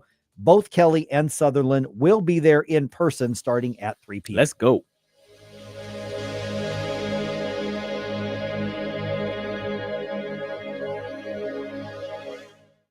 Now, the Free Market Minute, brought to you by the Hammond Institute for Free Enterprise at Lindenwood University. Hi, it's Mike Ferguson from The Morning Show, and I'm here with Dr. Grant Black. And Grant, capitalism, that is increasingly under attack. But why is the free market system so important? The simple answer, society is much better off because of free markets. Free markets allow individuals and business owners to freely choose what to consume, how to save, where to live and do business, what to produce, and how to protect our valuable resources, and so much more. And this can all happen without requiring heavy government interference. In a nutshell, free markets empower people to live their lives the way they choose. And this makes all our lives better. The John W. Hammond Institute for Free Enterprise at Lindenwood University fosters and examines market-oriented approaches to economic and social issues. To learn more, visit hammondinstitute.org. Yes, it's been really hot and humid, but fall and winter right around the corner. Tim Jones here to tell you, time to get a hold of Chad Hansen and the gang at Hansen's Tree Service for your home or your business. Grinding, land clearing, green waste recycling, tree consulting, removal, or pruning. The organic mulch from Hansen's a wonderful addition to beautify and spruce up all your landscape beds. They offer substantial volume discounts for bulk orders and emergency tree removal. Just go to hansenstree.com. That's hansenstree.com. I'm Dr. TJ, owner of the Institute of Natural Health, co-owner of Optimal Nutraceuticals, and the host of Wellness One. Wellness One is designed to cut through the nonsense and provide you common sense science-based information regarding health and wellness. On the show, we discuss topics like thyroid health, gut health, hormone optimization, and many others. Our show airs Saturdays at 10 a.m. and 2 p.m. and Sundays at 11 a.m. and 3 p.m. right here on NewsTalkSTL. And you can visit us at inhstl.com. That's inhstl.com. Columbo here for my friends at Bluff City Outdoors in Alton. The knowledgeable staff at Bluff City has served the St. Louis outdoor community for decades, and they can take care of all your bow hunting needs, all your trapping needs, all your fishing needs, and more. Plus, while you're there, you can schedule a trip with a local fishing guide and shoot in their archery range. Bluff City Outdoors is open 7 days a week, 1 mile east of Fast Eddie's at 2813 East Broadway in Alton. Follow them on Facebook and at bluffcityoutdoors.com. Hi, I'm Mark Sutherland, founder of Stone Ledge Distillery, and I'd like to give you a bottle of Stolock whiskey or Inversion vodka. Enter now at stoneledgedistillery.com/win. Come experience our tasting room in historic Defiance. Enjoy Stolock whiskey, Inversion vodka, and other Missouri-made spirits, wine, and craft beer in our beautiful cocktail lounge, cigar room, or out on the patio with live music every weekend. Don't forget, win a bottle of Stolock or Inversion at stoneledgedistillery.com/win. Come raise a glass in Defiance.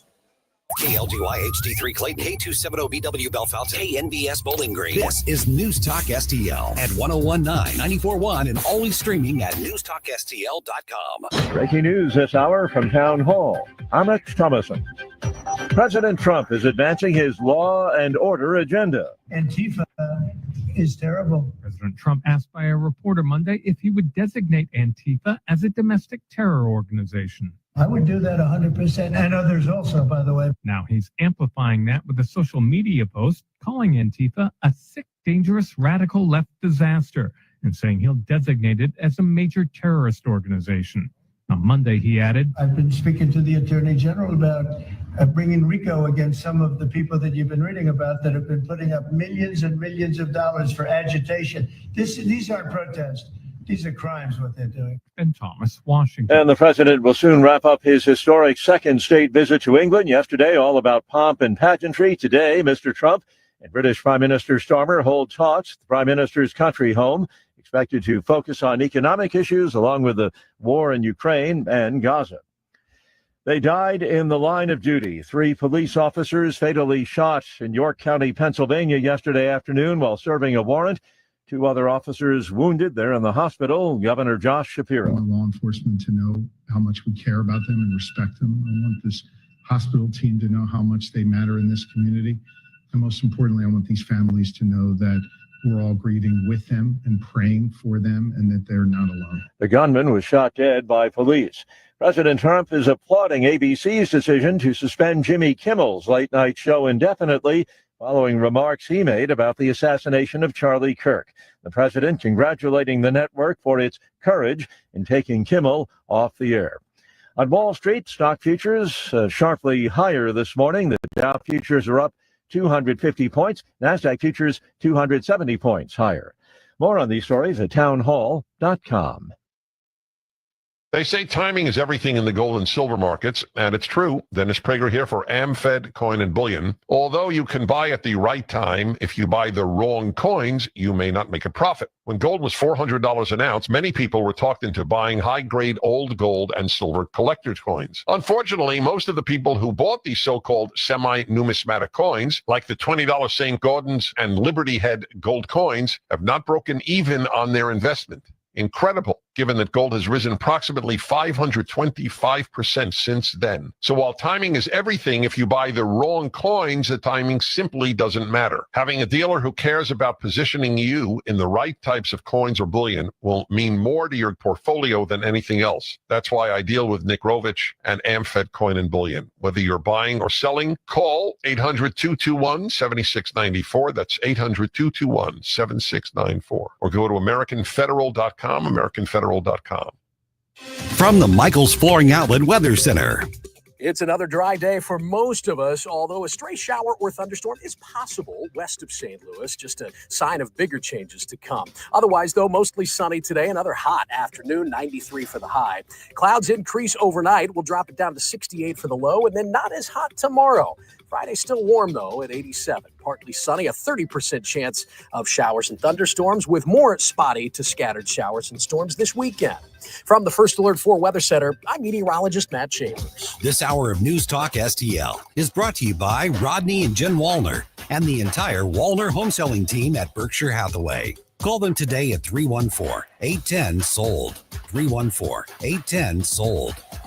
Rhino Shield is engineered to outlast paint by a lot, backed with our 25-year transferable warranty. Paint a house, shield a home. We do brick, block, stucco, asbestos, steel, aluminum, cedar, and more. We are the only coating company selected by Disney, This Old House, and 3 times on HGTV's Curb Appeal, where all 3 episodes concentrate on unpainted brick. If you maintain or own a business with a tired-looking building, you owe it to yourself to look at Rhino Shield and our beautifully durable color schemes. Evaluations are free. We're making buildings pop and be noticed again, from Champaign to the Lake of the Ozarks, exceeding expectations every day with our products, people, and performance. Now is the time to call 877-25-RHINO, 877-25-RHINO, or go to 877-25rhino.com and see how honest and transparent we really are. Tell them, ladies. Don't paint, don't Rhino, go Rhino Shield. Never paint your house again. Rhino Shield. Mike Ferguson. I don't know how to put this, but I'm kind of a big deal. Gabe Phifer. It's the sugar honey iced tea, baby. Get up, can't you hear the alarm? Get up, St. Louis. So it's time to get out of bed. Pour yourself the greatest cup of Kofifi the world has ever seen. rise up with one voice, drain the swamp, and take back our country. Today's the day we're going to do it, and it's time to do it right now, believe me. Mike Ferguson in the morning on News Talk STL. All right, the conservative conscience of the Illinois Republicans, otherwise known as the Freedom Caucus, they're saying it out loud now, guys. Governor J.B. Pritzker should face impeachment. Ooh. Yeah. They're using the I word. Using the I word. Dropping the I bomb. We are now joined by State Representative Adam Niemerg. And Adam, great to have you back on the program here. Like Gabe said, you guys just use the I word. Mm-hmm. Man, that's like the big thing in politics. So let's start with what's actually been done. Have the articles actually been proposed and filed at this point? Yes, thank you for having me on here this morning. And I filed those articles of impeachment Friday afternoon against Governor J.B. Pritzker for his hateful rhetoric, and we're looking forward to the future on this. It's time to impeach the governor. Okay, so give me a rundown of what the accusations are in the article. You talked about his hateful rhetoric. What are the things that he's done? There's one thing to say he's wrong about basically everything. Because he is. Because he is. But what is it that rises to the level of impeachment? Well, what we're seeing here in the last few days after the articles have been filed, and we see the left with a complicit media, Governor J.B. Pritzker and his consulting team gaslighting the Illinois people and quite frankly, the people of this country. So on his State of the State, and he's denying he said this, but it's right here, his State of the State, he compared Republicans to Nazis in his State of the State. He said, again, that on a separate occasion that Republicans essentially need a punch in the face, and that they must abandon conventional political fight and that they must become street fighters.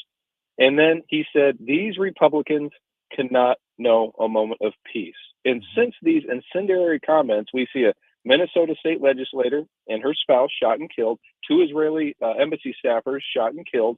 And now we see quite frankly, the political assassination of Charlie Kirk. And my prayers and our continued support goes out to Charlie and his family. But for the governor to then say, oh, we're going to blame Donald Trump in January 6th for what happened to Charlie was enough.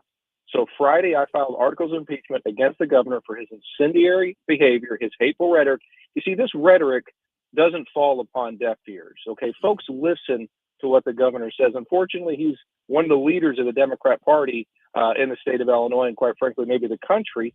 But what he says, words matter. And for him to say that Republicans are Nazis and we need punched in the face, they must abandon the conventional political fight and become street fighters, and that Republicans shall not know a moment of peace. This rhetoric must be called out for what it is, and the governor must be impeached. Morning, Adam. Gabe Phifer here. So, I mean, as right as you may be on calling out the dangerous rhetoric that I think Democrats have been putting out, and going as far as in calling for impeachment. You know, we look at the makeup of the Illinois, legislature, and we're saying, well, this isn't going anywhere. So then, of course, the critics will come out and they'll say, well, why even bother doing this? What are you looking to accomplish? Well, what we're looking, and first off, I've been getting that question a lot, and quite frankly, that shouldn't stop us from doing what's right. Okay, because I do understand the political makeup of the General Assembly. I've been listening to the Democrats for 4.5 years and watching them pass the most radical, evil legislation in this entire country. So I understand that the Democrats in the House will not pick up these articles of impeachment, but that should not stop us from doing what's right, for calling out Governor J.B. Pritzker and his hateful rhetoric, for getting this on record, for getting this information out, because otherwise, Governor J.B. Pritzker, and I've seen it this last 4 days, will gaslight, he will lie, and then he's got a willing Chicago media that's bought and paid for by him that will get right lockstep behind him, and then nothing will change and nothing will happen. People throughout this country need to know what Governor J.B. Pritzker stands for. They need to know that he says these things. And then he comes back and says, oh, I didn't say that. We have to have peace and stability. No, we know what he said. We know what he means, and we know what he wants. So to sit back and say, well, we're just going to continue to let this happen, I can't allow that. We have to do what's right. We have to stand firm on our principles, and we need to impeach Governor J.B. Pritzker. Okay, so according to Illinois law and the Illinois Constitution, then what are the next steps? I mean, now that you've filed these, is there anything that must happen? And we know what the odds are with the Illinois Assembly, like you just said, but what happens next with the articles? Well, first off, we need co-sponsors. So anybody that's listening, call your state rep, call your state senator, ask them to push these articles of impeachment. But the actual legislative process is for it to go to the House. The House has the authority to begin these proceedings, and then it goes to the Senate. The Senate actually does the legislative work on logistically laying this out, and then it comes to a vote, and then we go from there. That would be the actual process. Okay, and is the House required to take it up if there are so many sponsors, or is this something that the Democrats could try to brush under the rug and try to pretend that it never happened? Oh, they'll brush it under the rug and pretend it never happened. I mean, I'm not going to, tell folks out there that that's not going to happen. The Democrat playbook is in full force right now. They're in full cleanup mode.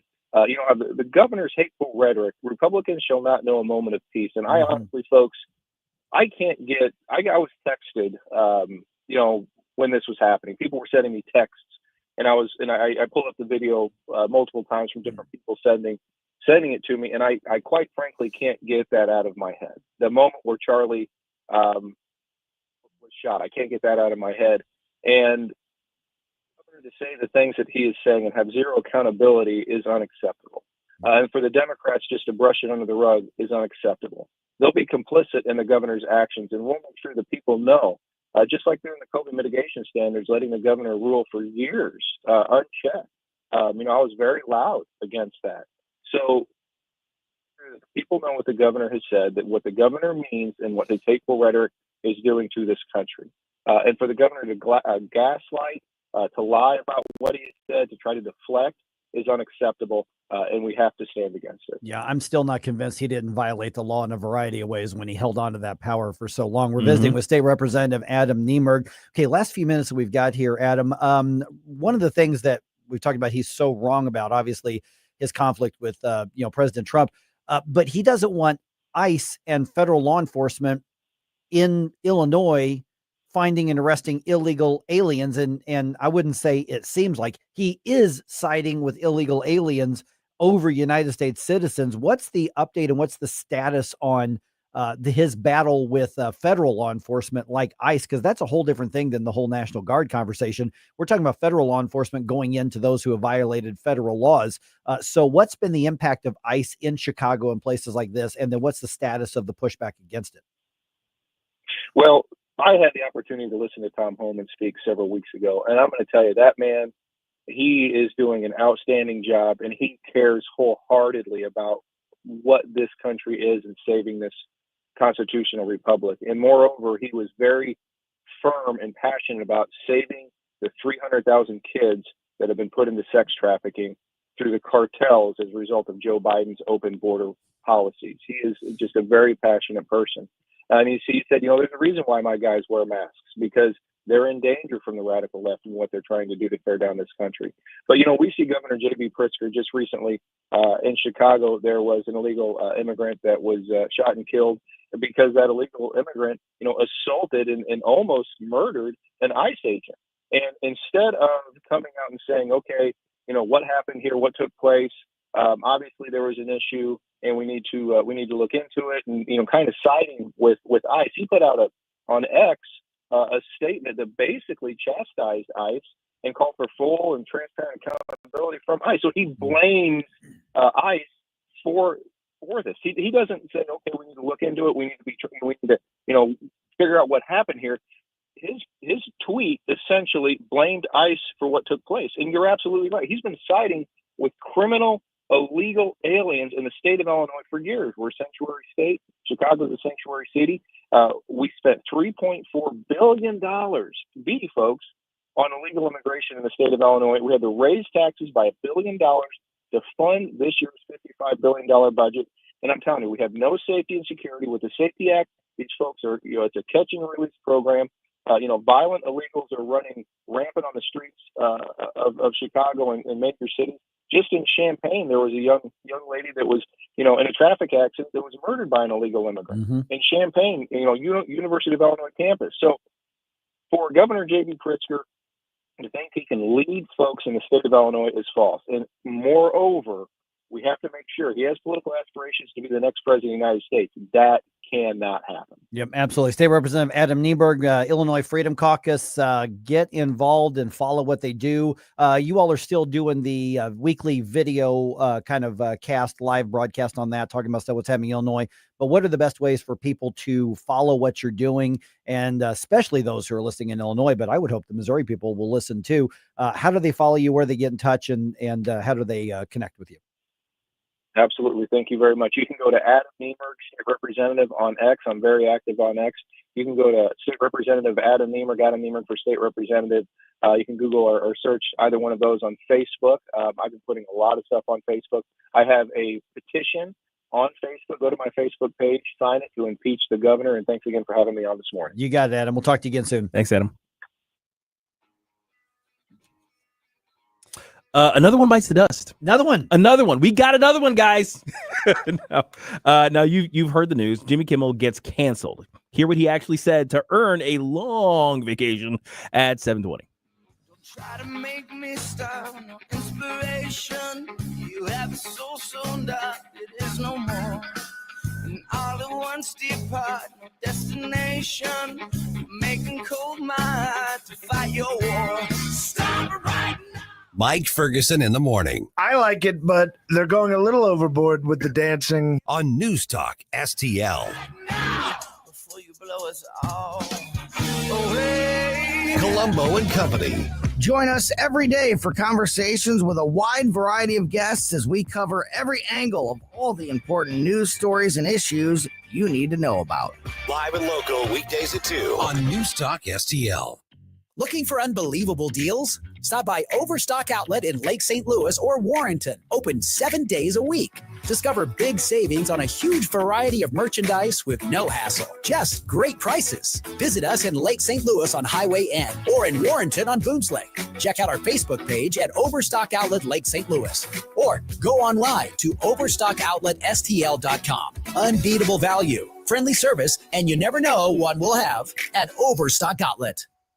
Hey, it's Susie Moore. If new flooring makes you think hassle, think again, because Michael's Flooring is changing the game. For over 30 years, Michael's has been locally owned and trusted for quality, variety, and amazing service.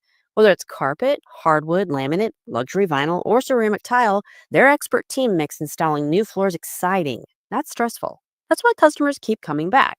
Visit Michael's Flooring at St. Peter's, Starting Prairie, Creve Coeur, or online at igotfloored.com. That's igotfloored.com. Simply Health with Dr. Brian Deloney. Are you stuck on the blood sugar roller coaster? Afternoon crashes, cravings, stubborn belly fat? I'm Dr. Brian Deloney, and this week on Simply Health, now available without a prescription, we're exposing how blood sugar impacts your weight, energy, and hormones, even if you don't have diabetes. So don't miss it. Simply Health, Saturdays at noon on News Talk STL. To find out more about Simply Health Integrated Medical, log on to simplyhealthintegrated.com. When precision matters, trust the experts who live and breathe firearms. Full Circle Reloading and Firearms. Veteran owned and operated by competitive shooters who know what it takes to win. From reloading supplies and accessories to custom rifles and cutting-edge night vision, we've got everything you need. Plus, get precision rifle training from the pros. Full Circle Reloading and Firearms. 923 South 5th Street in St. Charles, or visit FullCircleReloading.com. I really like all the things you're saying. News, analysis, opinion. Thank you very, very much. News Talk STL.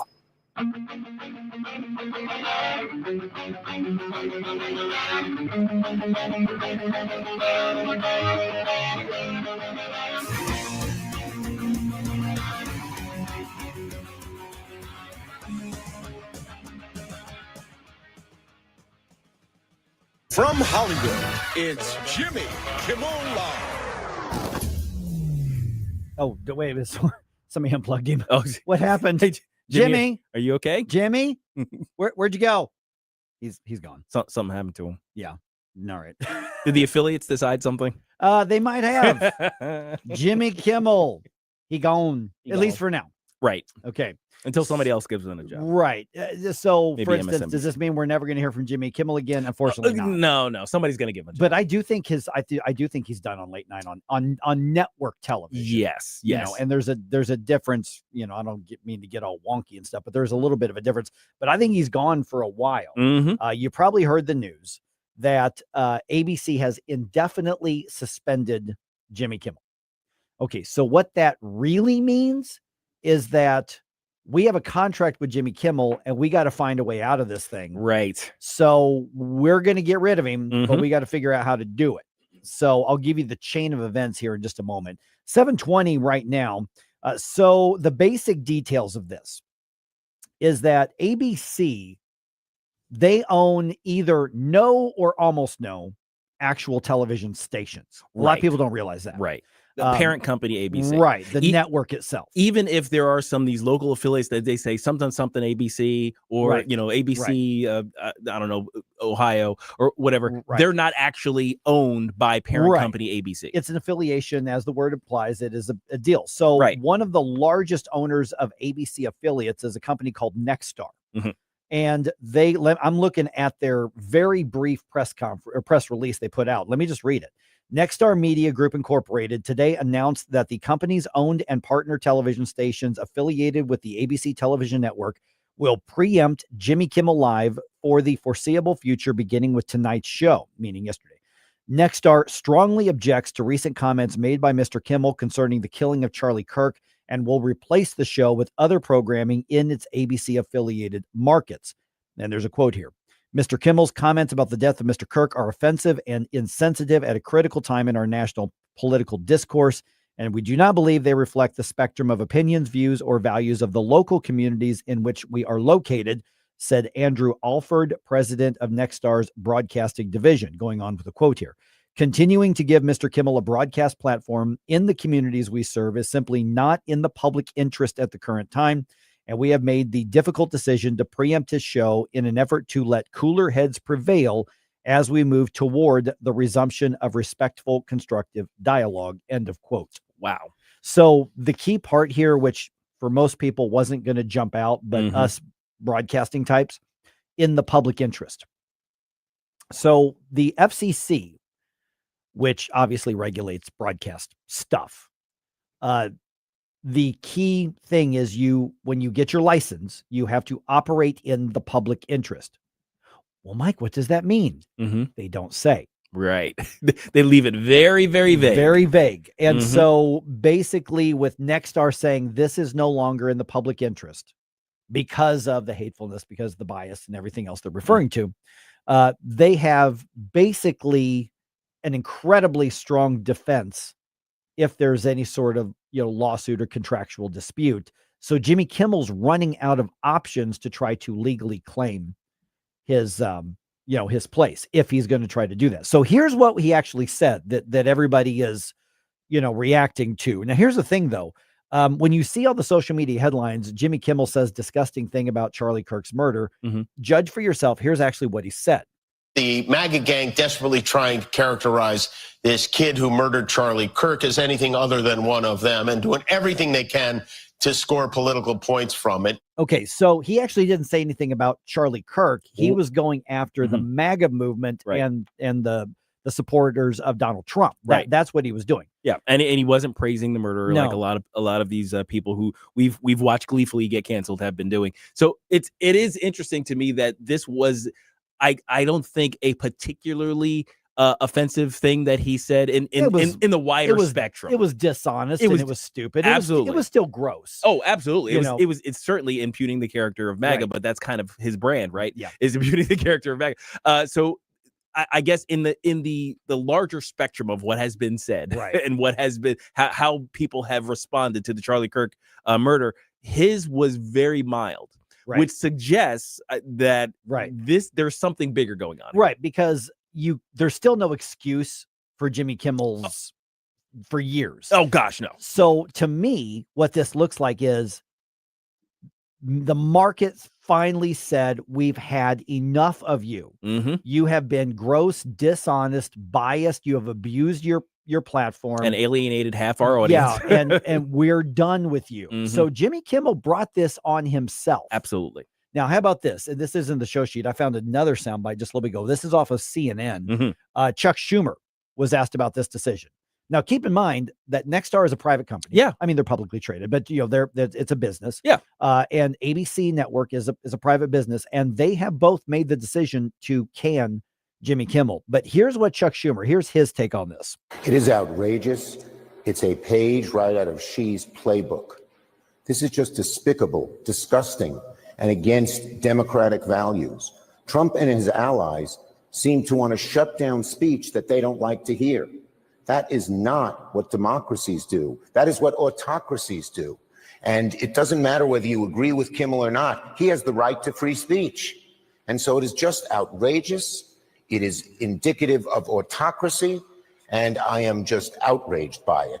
Again, this is what dictators do. This is what Xi would do. This is what Putin would do. We are not that country.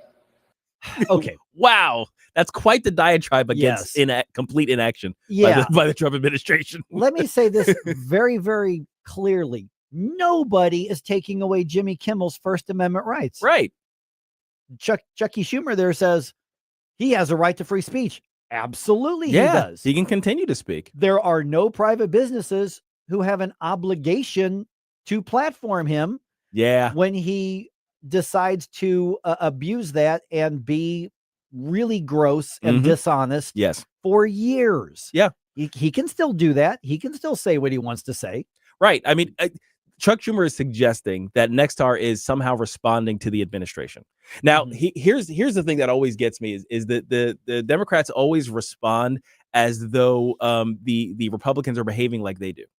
You know what I mean? That's right. It's like because we remember during the Biden administration where there were literal emails and phone calls being made by Biden administration people, bureaucrats, to private companies to say you need to deplatform this person, you need to cease promoting these podcasts and don't let this guy advertise on your platform.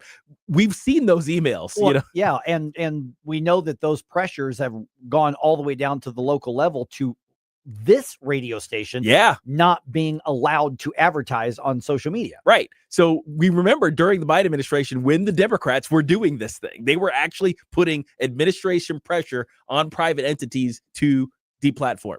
So then he's responding like this particular deplatforming is the same thing. Right. But we have no indication that the Trump administration was involved in this at all. Now, we know Donald Trump hates Jimmy Kimmel. Oh, so absolutely. He does the mean social posts like everybody else. It is like, you deserved it, basically. Because Donald Trump has a First Amendment right to say what he thinks too. That's true. Yeah. So it's kind of funny. And voters chose not to cancel it. Yeah, but I always find it so silly when the Democrats are like this, where it's that lack of self-awareness that we saw with the other day with who was it who was talking about something or other. Weaponizing the justice system against your political enemies. That was Dick Durbin, the senator from Illinois. It was like, you're weaponizing, it's wrong to weaponize government and federal agencies against your political opponents. We're like, we've been trying to tell you that for years. It's like, oh, thank you. Welcome aboard. Welcome to the party, pal. Yeah. So yeah, it's fun. So with Jimmy Kimmel, what is what he said completely false? 100%. Yep. Is it stupid? Yes. Is it gross? Yes. But that one statement in isolation is not what got him kicked off the air. Yeah. It is years of him being dishonest and gross and hateful. You're an entertainer, dude. Right. Your job is to amuse people, tell jokes, be funny, dance monkey. Yeah. Occasionally maybe try to do something thoughtful, but your job is to sell a late night comedy show at the end of the night when people have gone home, frustrated from work, tired from the kids, don't like the fact that they just found out they have to replace the gutters and they need something to disconnect and decompress with. And he decided that his derangement of his political opponents, basically Donald Trump and MAGA, were going to override everything. And it finally bit him in the butt. That's your own fault, dude. I don't feel sorry for you. Yeah, he's gonna have a podcast someplace. I'm wondering if they're gonna do like a Kimmel and Colbert. Yeah. Colbert and Kimmel. That Colbert name and would Kimmel. sell. Colbert and Kimmel would Yeah. sell. It would sell to a very niche audience. Sponsored by Bud Light. Now, this is just a reminder real quick. This is your last call to send in your Flashback Friday requests to Jerome at NewsTalkSTL.com or on X. Let me know what you want to hear this tomorrow. Well, I should say this Friday. Tomorrow, yeah. That really kind of snuck up on Man, us. this week's gone fast. Now, and while you're considering those songs, the assassination of Charlie Kirk has taken some strange twists. Larry Connor's got some ideas on that, so stay tuned for Larry Connor's commentary. From the Michaels Flooring Outlet Weather Center. It's another dry day for most of us, although a stray shower or thunderstorm is possible west of St. Louis, just a sign of bigger changes to come. Otherwise, though, mostly sunny today, another hot afternoon, 93 for the high. Clouds increase overnight. We'll drop it down to 68 for the low, and then not as hot tomorrow. Friday still warm, though, at 87. Partly sunny, a 30% chance of showers and thunderstorms, with more spotty to scattered showers and storms this weekend.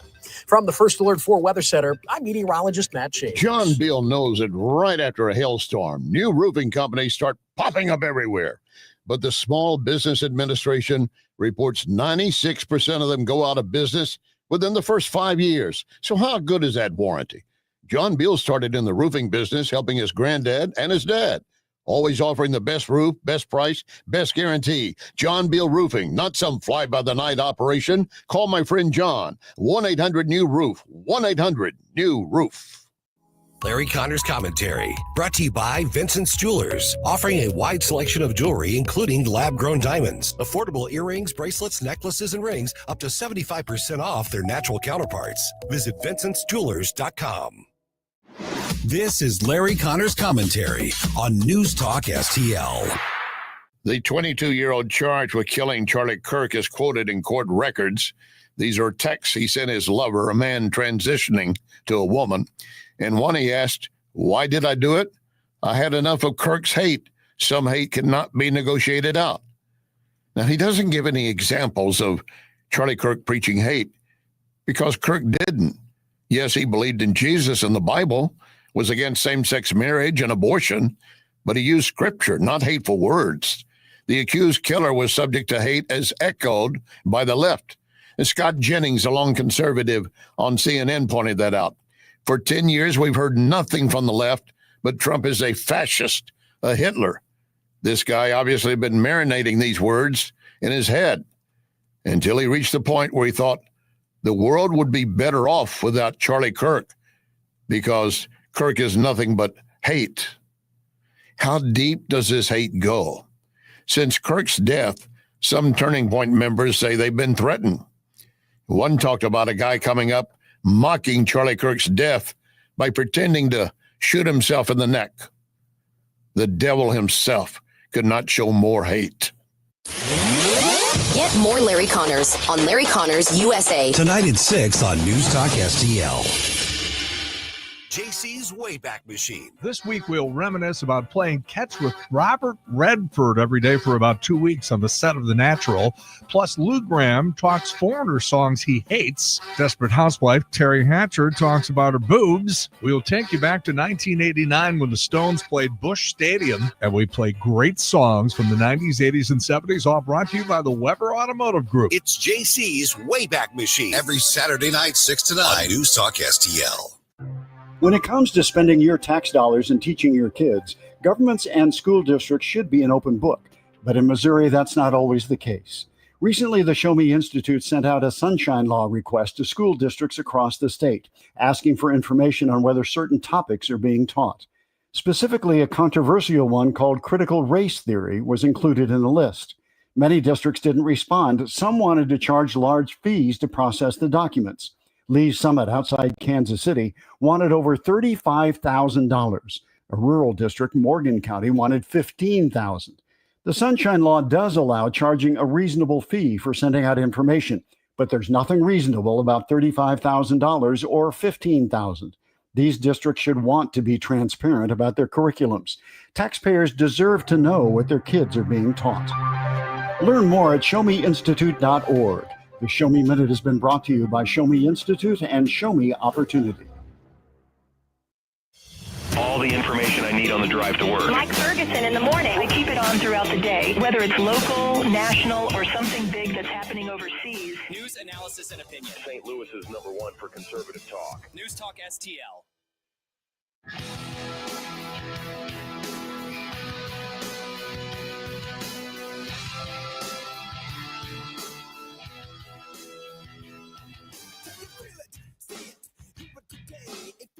Hey everyone, this is State Senator Nick Schroer. I am the host of Stand and Fight every Sunday night. Right now, let's hear more of Mike Ferguson in the Morning Show here on News Talk STL. All right, after the tragedies in Minnesota and recently in Colorado, there actually was another school shooting, but it happened on the same news cycle as Charlie Kirk's assassination, so we didn't hear a lot about it. It just kind of got drowned out. And then we think back to obviously the shooting in St. Louis. Yeah, it was what 2.5 years ago. It wasn't that long ago. Every state, every community should be evaluating, maybe reevaluating the plans to keep schools safe. So there's a proposal in Missouri to do just that. It is coming up on 7:36. We're now joined by State Senator David Gregory. And David, you're proposing what you're calling the Missouri Rangers, which would be as I understand it, a specific security law enforcement, I guess, team for each of these schools. What is it that you want to see created, and how would that work with the schools? Yeah, that's right. It's basically a separate police force that consists of police officers, post-certified folks that are or retired veterans, retired special agents. I've had a lot of them reach out.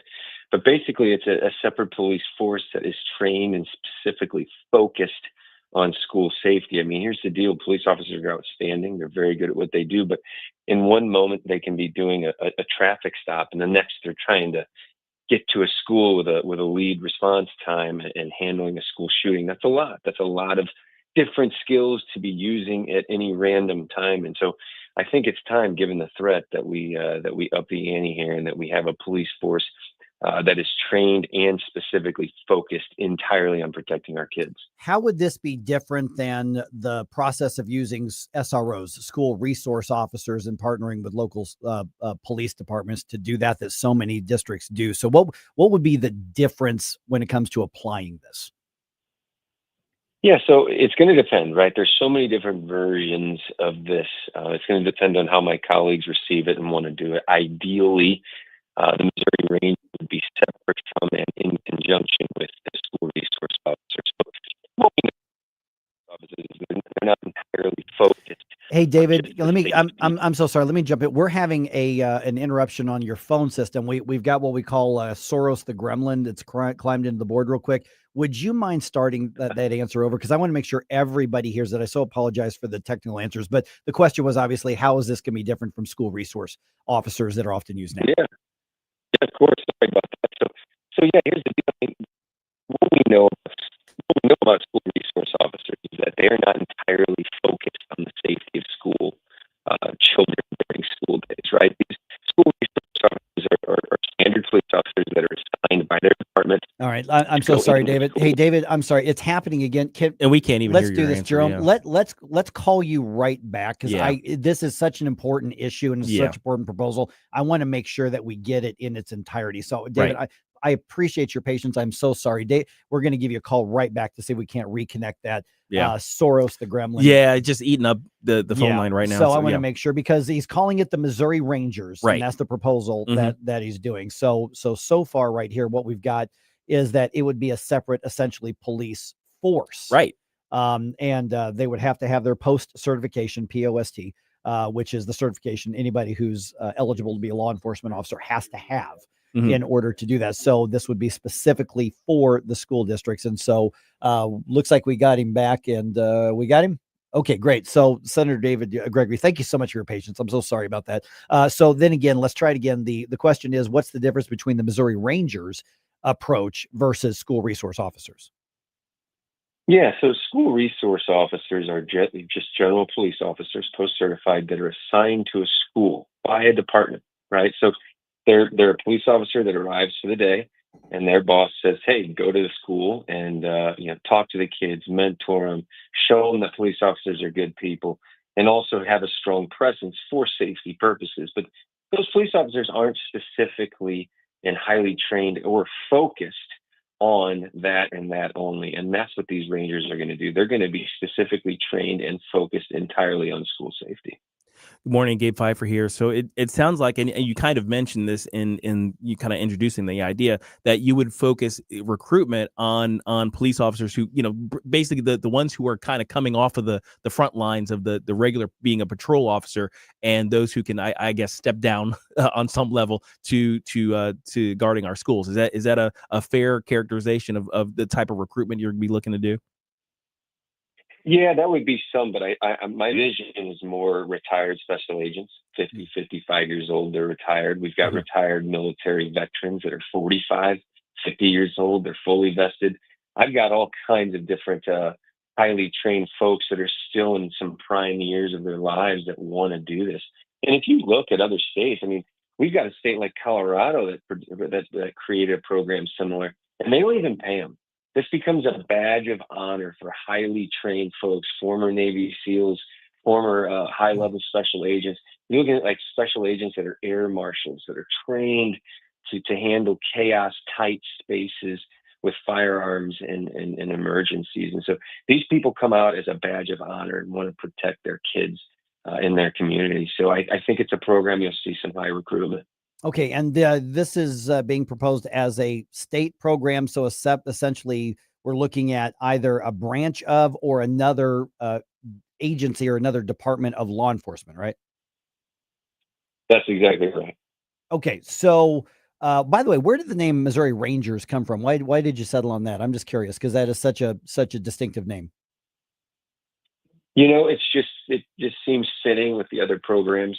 We've seen programs like that, like I mentioned, out of Colorado. We know Texas has a Rangers program for a highly specialized police force.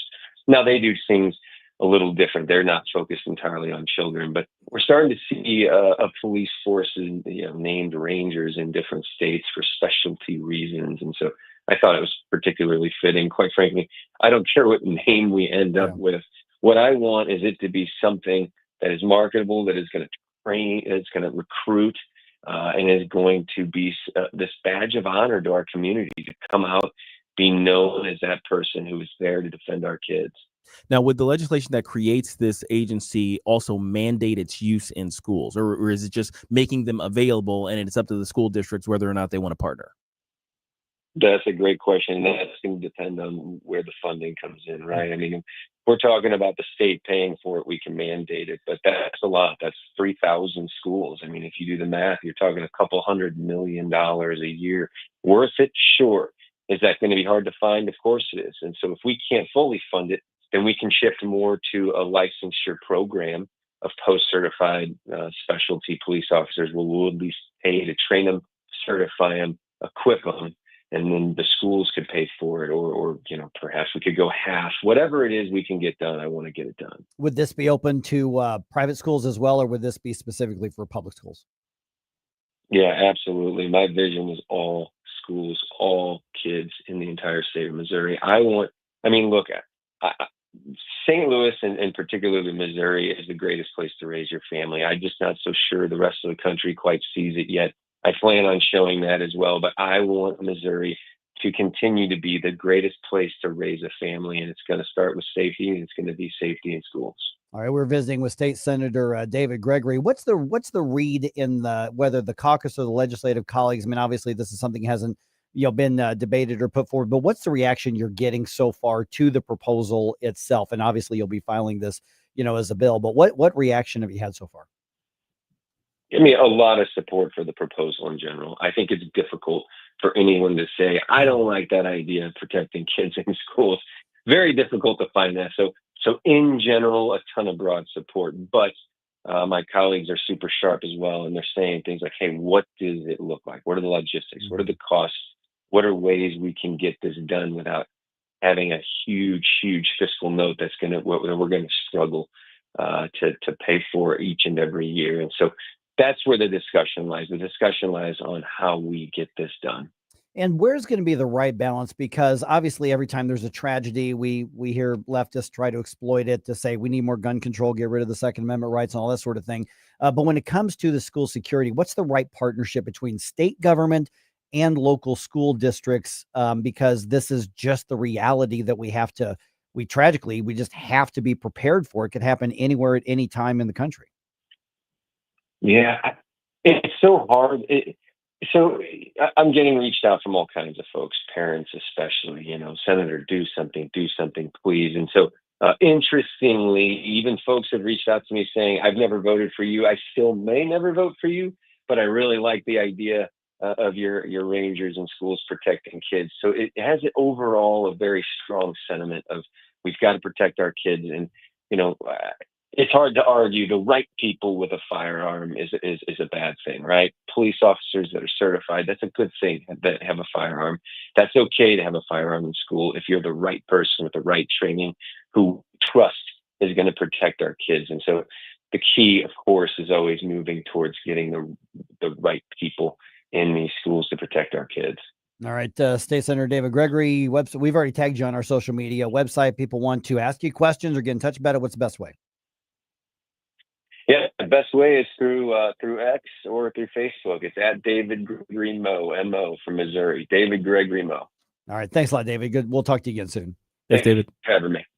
Tonight is the big night. Steve Forbes at Lindenwood University. I'm talking to everyone who has already reserved your tickets. Look, you don't want to miss a conversation with Steve Forbes. Be there. The NewsTalk STL table will be there in the lobby, so stop by early and say hi. On behalf of the Hammond Institute for Free Enterprise and NewsTalk STL, we are looking forward to seeing you there.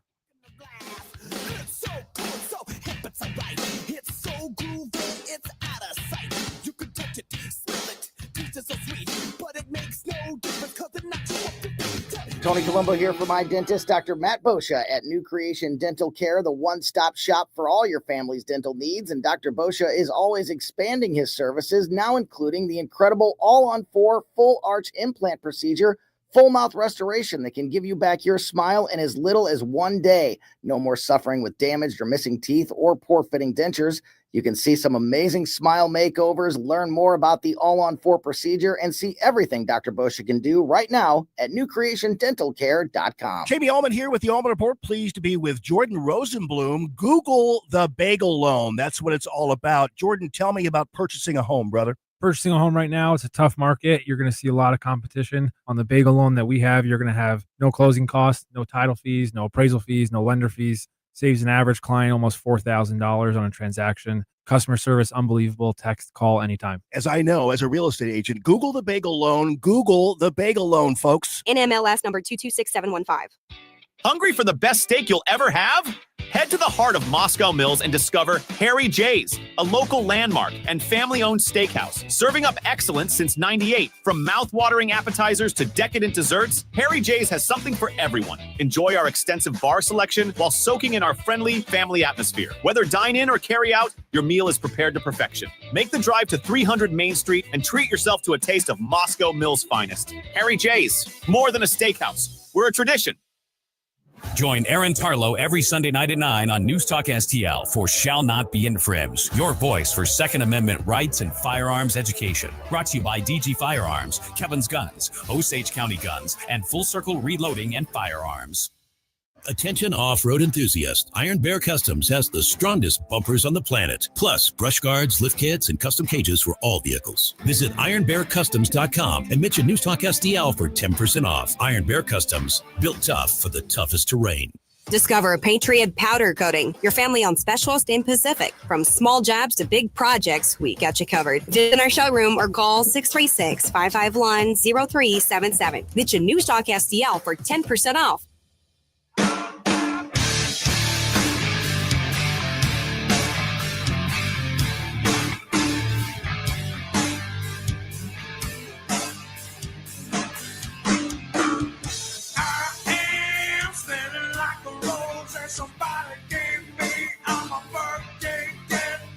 Hi, this is Susie Moore. Check out my show, Red State Radio, Sunday afternoon at 4, right here on NewsTalk STL. Now it's back to Mike Ferguson in the morning. couple interesting parallel conversations happening on the Rumble chat box Mhm. regarding Senator David Gregory's proposal for the Missouri Rangers Mhm. when it comes to keeping basically a separate force to to To guard create schools. to guard schools in particular. That's going to be that, and all the other conversations are going to be up on our Mike Ferguson in the Morning podcast here just a little bit after the show. Earlier, I'm like, hey, Jerome, sorry for all that editing and clipping and posting you got to do at the Yeah. show. We got a lot of conversations Yeah. today. Interestingly, I remember very recently seeing a Charlie Kirk clip about exactly this. Yeah. That why do we protect banks and our politicians with guns, but not our kids? Right. Yeah, exactly. All right. It is 7:50 right now. All right. Let's decompress for a Oh, minute yes, here. yes, please. So, Shake it out. Shake it should out. grown-ups just Woosah. be the grown-ups and leave the kid stuff to kids? Now, what do you mean by kid stuff? 'Cause this is Gabe's like, my toes, watch him, don't step on him. Well, I mean, we're Gen X, right? And Yeah. and conceivably, the meme is Gen X is 45 to 60-year-olds who look like 30 to 40-year-olds, but are mentally still teenagers. So, you might be stepping on on all the Gen X toes right now. Let me tell you that I probably am, but I'm not. It's the people who responded to a YouGov survey. Okay. So here's what happened. A new poll asks Americans which adult things adults should move on from and leave for kids. Can you guess any of the things that the 2,000 people who replied to the poll said adults really need to knock that off? They're gonna say video games, and I'm gonna be mad about it. That is not in the top 10. Oh, believe it or really? not. Yeah. Okay. All right. That That's is fine. not in the top 10. That's fine. Yeah. Okay. Good. Any other guesses? Let's see. Let me think of the other kid things that I involve. Action figures, collecting action figures. Yes. Yeah. Yep. Okay. So here's where that's at. You can take my 2-foot Darth Vader action figure from my cold dead hands. Yeah. So now they're rolling that into like dolls and things, and toys like that, like yeah. Cabbage Patch Kids and Barbies. So and all they're these, saying, yeah. listen, if you're a grown up, why do you need? But there's a significant difference here. Okay, what's the difference? Okay. Defend your position. I will defend it right now. Okay, so when you're 10, your Darth Vader is attacking like your GI Joe, and you're doing the thing with your, they're boom, boom, boom, yeah, and you're playing with them because imaginative play with figures from media. That's a thing. When you're 40 years old and you purchase that, you leave it in the box, and you put it on a shelf. Because it's a keeper. It's like getting a vase. Instead of getting a vase, which is just going to sit there and look pretty, you get a Luke Skywalker overlooking the sun on Tatooine, and you sit him up there, and he looks cool. Yeah. Okay. It's the same thing. So it's for the kid though, still. Well, technically, a kid could buy it and play with it, but because it costs $50, you're not going to give it to him. There you go. That's for me. Okay, the number one thing, 81% of people said that adults should stop doing trick or treating. Oh gosh, yes. Oh my gosh, you should stop trick or treating the minute you graduate high school. Yeah.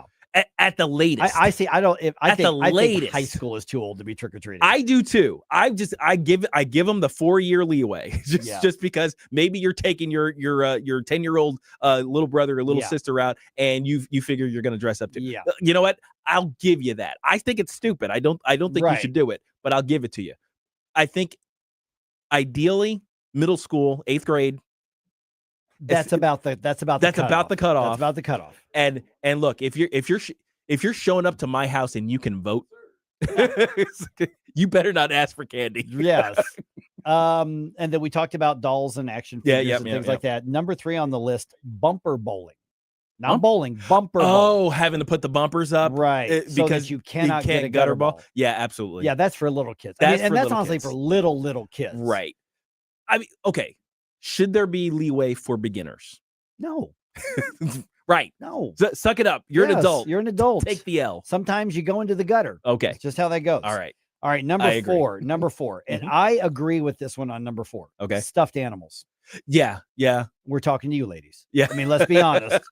Stuffed animals. Now, I don't know a single dude who has a stuffed animal. Now, I bet a lady will argue the stuffed animals the same way I argue the action figures, but just in terms of pillows. It's like Right. a stuffed animal is just a creative looking pillow. And I don't think I have ever seen a woman in her 30s or beyond who has stuffed animals. Not one. They're I think it's like, the young and mid 20 somethings, or it's, Yeah, they're it's still still hanging cute on. and dainty. I'm like, it's really not. They're still hanging on to Yeah. them. Yeah. So stuffed animals. This is going to hurt a few people's feelings. Okay. Coloring books. Oh yeah, I've Yep. seen this. Now here's an interesting little caveat to that though. I think coloring books might be one of those things that comes full circle, just like diapers, where when you get old enough, the coloring books are actually become useful again, because from what I understand, they actually help with maintaining motor function and brain function and things like that to stir up certain, to offset Alzheimer's and things like that. I've heard some doctors recommend. Yeah, we don't exercise our brains enough. Yeah. And I actually read an article just last week. It's funny you say that, Mhm. that says that we need to be thinking in terms of, puzzles and things like that. Yeah. To exercise your brain. Yeah. And so like for me, I would do a Sudoku. Yeah, I would exactly. just grab one at the store and just go through the Sudoku Word thing. searches Right, and word games and things like those are very, very good for keeping your brain going. Yeah. And I heard coloring books are not only that, but they also have a dopamine effect, a calming effect. I think we also have the bad taste in our mouth from like handing these out to college kids. Oh yeah, for because the they were crying triggered in the rooms. right. Oh exactly, yeah, so- exactly. Yes, you do. Look, if you are 20 something and you have to reach for a coloring book crayon. because something like, there's something wrong with you. Yeah. Like you need more than a crying room. Okay, so how about number 6 here? Legos. Well, they specifically make some Lego sets for adults. Like they're like impossible for should kids. Well, that's a good question. I don't know. That's a good question. I mean, I grew up building things out of Legos. Right. And I think it helped me become a good engineer. Yeah. But you're an adult now. But I'm You an don't adult need now. Legos. I do not use Legos, although I can see the value of prototyping with Legos. And now I'm thinking Yeah. about it. See, I discovered Legos later. I actually started with Lincoln Logs. Remember Lincoln Logs? Oh, I remember Lincoln I Logs. actually enjoyed coming up with different things in Lincoln Logs as a kid. Yeah, when I made my first X-wing fighter out of Lincoln Logs, my parents decided that maybe we ought to get them with Legos. Right. Okay. Yeah, that doesn't work. It doesn't work. It's like, what are you doing? So kid? about a minute left here. Number 7, dressing up in costumes. 14% said that's just for kids. That's not. So the vast majority went, no, it's okay for adults to do costumes, whether it was for Halloween. And 1 in 7 people think adults should not dress up for Halloween at all. Yeah, I guess the thing is the costume party is still a thing, It's right? still a thing, For, yeah. particularly for adults. It may be more fun for adults, the costume party, than for kids. Like I haven't heard of a kids costume party other than like your Halloween, your trick or treat thing. Right. Yeah. Number 8 was Harry Potter. Yeah, I'm getting you. I've never seen Harry Potter, but I Harry Potter adults and Disney adults. Disney's number 9. They strike me as a little. There's something there. Yeah, sorry. I don't know what it is. Sorry, Tony. I don't know what it is. Sorry, Tony. Colombo. Exactly. Yep. Calling And you then out. number 10 was any kind of trading cards. Oh, yeah.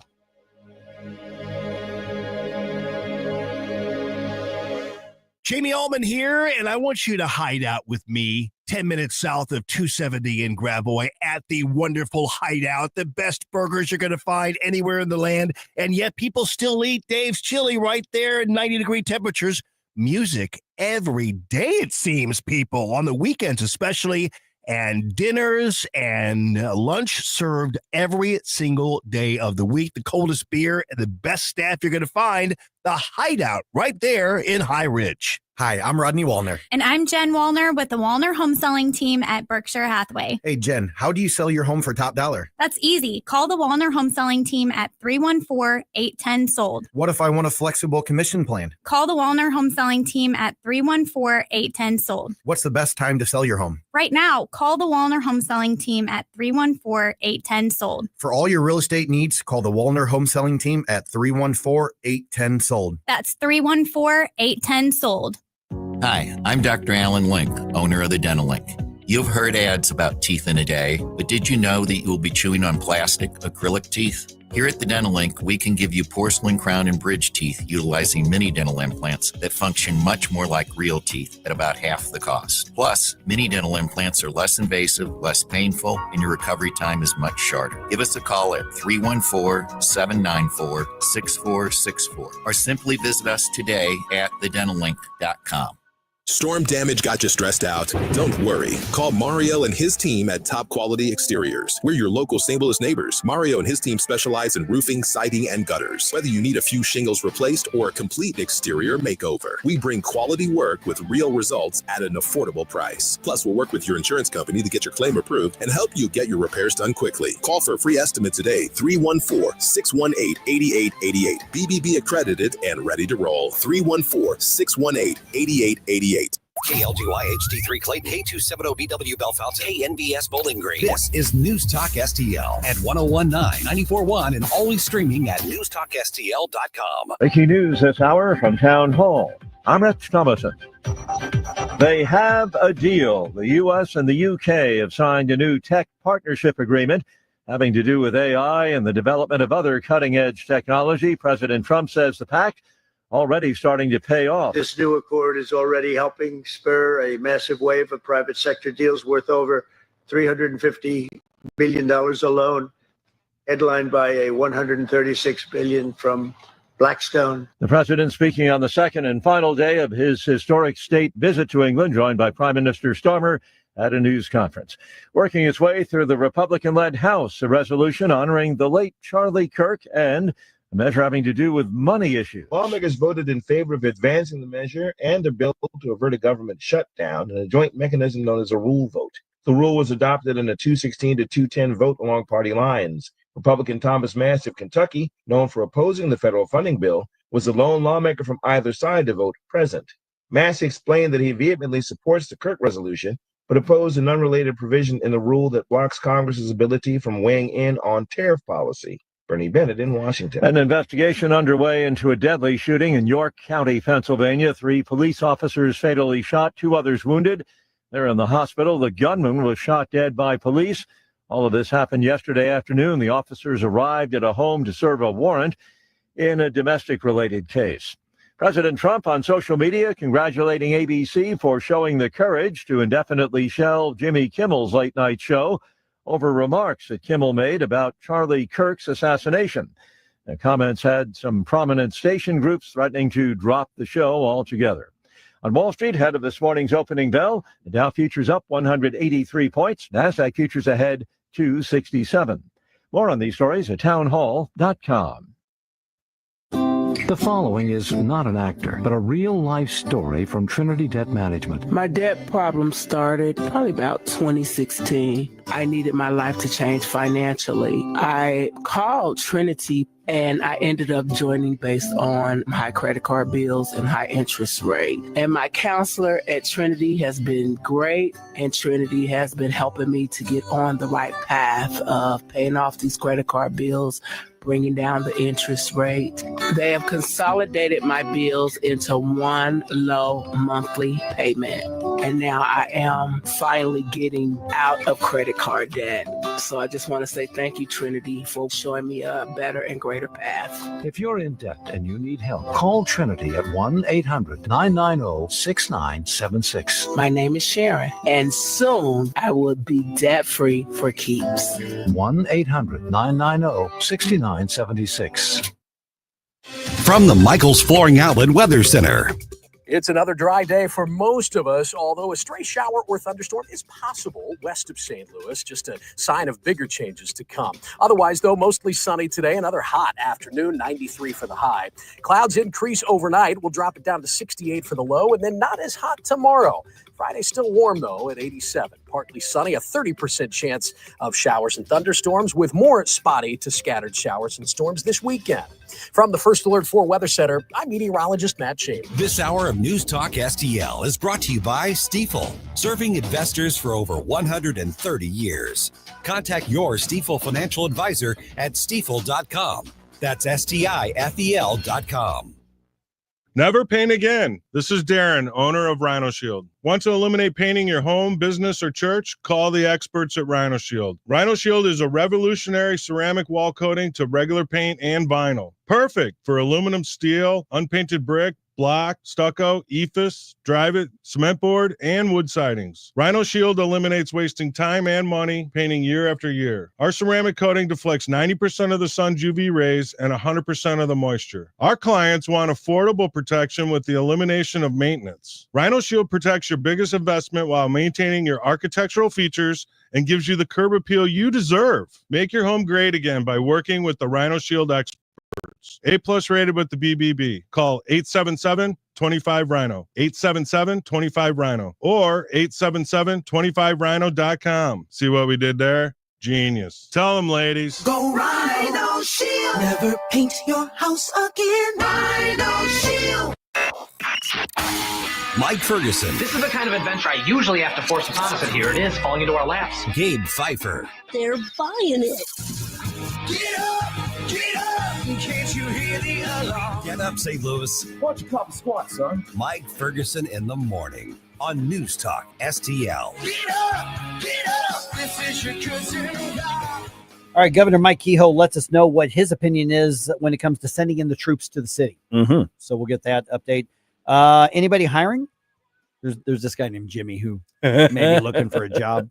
We'll tell you about that. Get the reaction. By the way, right around 8:20, I've got a couple of different reactions to that. And there's also the broader picture and the accusation of, well, this is just cancel culture. Just you people are doing it this time. And so let's get into that here in just a minute. Jimmy Kimmel brought this on himself. He sure did. I mean, he's got nobody to blame but himself on this. And also tonight is the big night. Steve Forbes going to be at Lindenwood University. So we'll go over a couple of logistical details on that.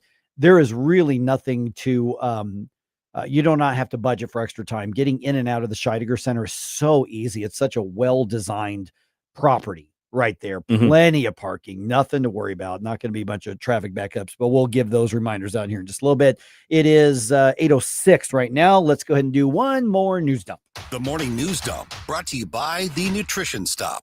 Successful dump. Wake up, America. It all worked out. You know, I mean, they got all the news. The morning news dump. All right. If President Trump decides to follow through and to send National Guard troops into St. Louis, he's going to be doing it on his own, at least as of right now. Governor Mike Kehoe tells KMOV that he has no plans to deploy the National Guard as a way to boost law enforcement in the city. And of course, this comes after the president says he's going to send troops into Memphis. But Tennessee Governor Bill Lee is actually on board with that decision and has requested the help, whereas Governor Kehoe is at least hesitant or doesn't feel that that is necessary here. So if the president were to do it on his own, we could be looking at some legal and constitutional, let's just say complicated situations. Right. Now, so far, while President Trump's rhetoric has suggested he wants to do something sort of extra constitutional with the National Guard, he hasn't done any of that. Right. So, let's also be clear about that too. Right. Exactly. So we'll see what happens. Again, if Governor Kehoe says, yes, that's appropriate, I'm going to activate the National Guard. Can we please get some support on that with federalized troops or whatever? But they would be under that constitutionally is clear. Yes. Clear. Now we can still debate whether it's good or bad idea. Right. But it would at least constitutionally be in the right spot. Right. Okay. Law enforcement in Utah giving an update on the situation surrounding Tyler Robinson, who is the young man who killed Charlie Kirk. Now I have to say suspected murderer because he hasn't been convicted or confessed to law enforcement, but we know that he's the one who did it. Washington County Sheriff Nate Brooksby describing the reasons that Tyler Robinson decided in the end to turn himself in without incident. Tyler knew it was just inevitable with all the law enforcement pressure that his picture in the news, the gun on the news. He knew it was inevitable that he would be caught. He was fearful of a SWAT team hit on his house, or he was fearful of being shot by law enforcement. And officials in Utah have started the process to get the death penalty for him upon conviction. So it sounds like there's not going to be any plea bargain agreement made on this. I think there would be national absolute outrage if that were happening. There still would not be any cities burning, but there would be national outrage. Yeah. They know you take this to trial and then you convict him and then you go for the death penalty there. And maybe the jury or the judge will give it to you. Maybe they won't, but go for it. Right. Absolutely. Okay, ABC has suspended Jimmy Kimmel Live indefinitely after Jimmy Kimmel made allegations that Tyler Robinson, who killed Charlie Kirk, belonged to the MAGA movement. Yeah, I'm going to play that clip for you in the 820 segment here. Now, that move comes after a threat from FCC Chairman Brendan Carr, who threatened ABC and its owner. Remember, this is a Disney company. Carr tells Fox's Hannity that President Trump has been unfairly attacked by the media, and the media has not acted in the public interest per their broadcast license. These legacy media outlets threw everything at him, almost every single hoax imaginable, right? Biden is sharp as a tack, burying the Hunter Biden laptop story, the Russia collusion hoax. And most politicians would have just gone along with that narrative or not fought at all. Okay, so what happened is Nexstar, who owns many ABC stations, barred its affiliates from airing Kimmel and said they're going to preempt it for the foreseeable future. And then the ABC network had to respond by saying, if we're losing all of those, then we'd better just go ahead and do what has to be done and pull Kimmel. Yeah, ultimately, I think the affiliate network realized that Jimmy Kimmel was basically just entertaining empty airports at midnight, and they weren't making any money on them, and they were looking for an excuse to end a contract that still had, I think, a few years left on it, right? I don't know. Yeah, so because the thing is with the Colbert thing, I think basically that was a non-renewal. Correct. Right. So that's why he had a year to cry about it. They're eliminating the entire show with Colbert. Right. It's not like we're getting rid of you and somebody else is going to come in. They're just doing away with the whole show. So that's how bad Colbert is. He ruined an actual property that had been on the air forever. The whole thing. The ACLU, among others, say that Brendan Carr's threat, basically saying we're going to crack down on your licenses if we don't like what you're saying, is an unconstitutional violation of the First Amendment. So I think that's an interesting debate. But the bottom line is Jimmy Kimmel's First Amendment rights are not being violated. Right. He's just an idiot who is bearing the consequences for what he had to say. Yeah. And now I think what he said was probably just a straw, but it was the last straw. Yep. So I'm going to play that in the 820 segment. You can tell me what you think about that. But again, I think you're right. This isn't about the one thing he said, because he actually didn't say anything about Charlie Kirk himself directly. And he didn't praise the murderer. No, he just added on to years and years and years of being vile. And so that's what ended up getting. Okay, FBI Director Kash Patel facing questions about the release of the files related to Jeffrey Epstein.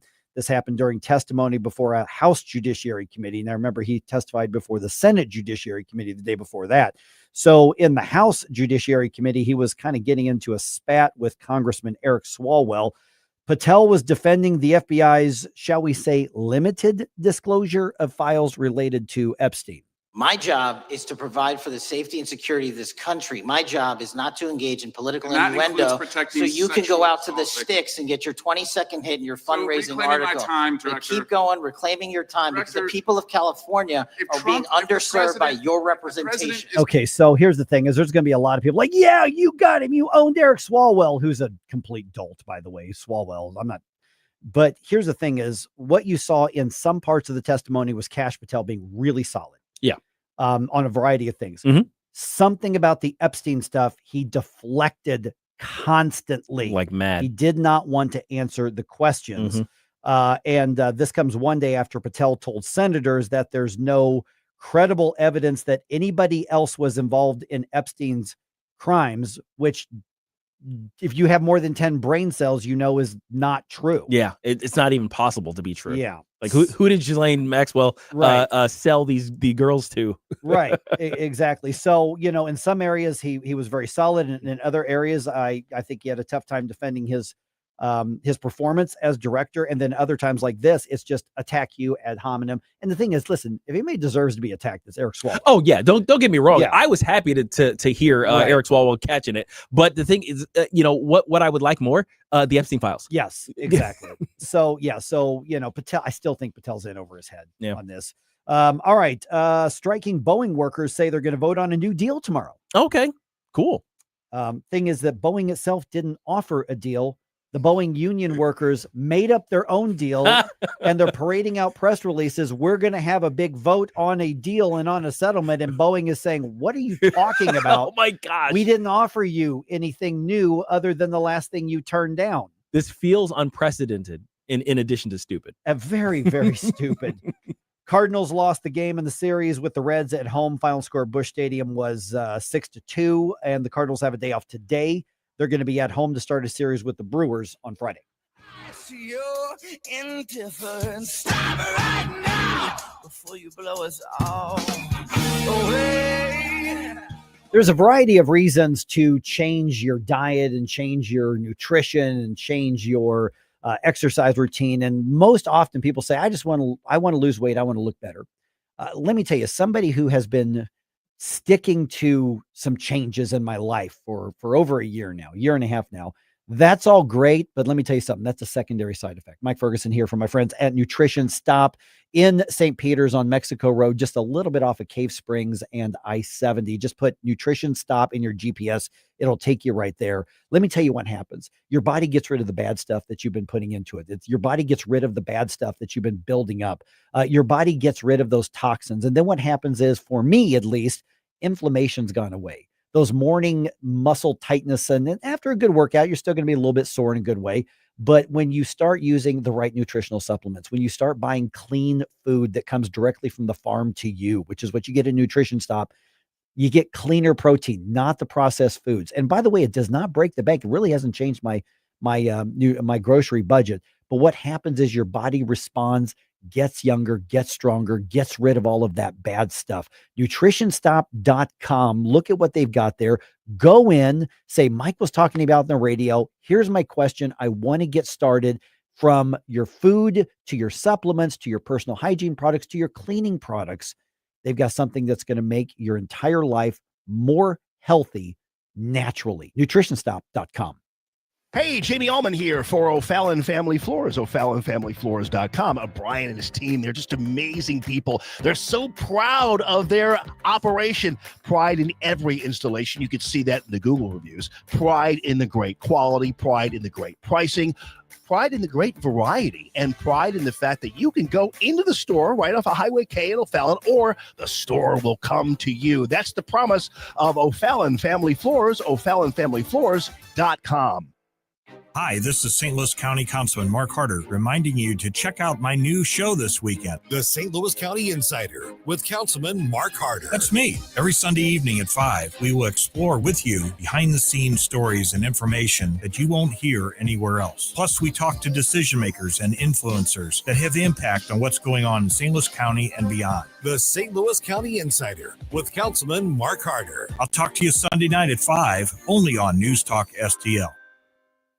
For 3 generations, one family has ruled the road in quality asphalt paving. Ruby's King of the Road Hot Mix Asphalt Paving. Family owned and operated. We're your leading authority for driveways, lanes, and parking areas. No project is too small or too large. We cater to both residential and commercial needs with unbeatable quality at just $38 per square yard plus labor. Call 636-295-9949. 636-295-9949. Ruby's King of the Road Hot Mix Asphalt Paving. You save when we pave. 101.9 and 94.1 News Talk STL, live and local. Listen to what those local folks are telling you. News Talk STL.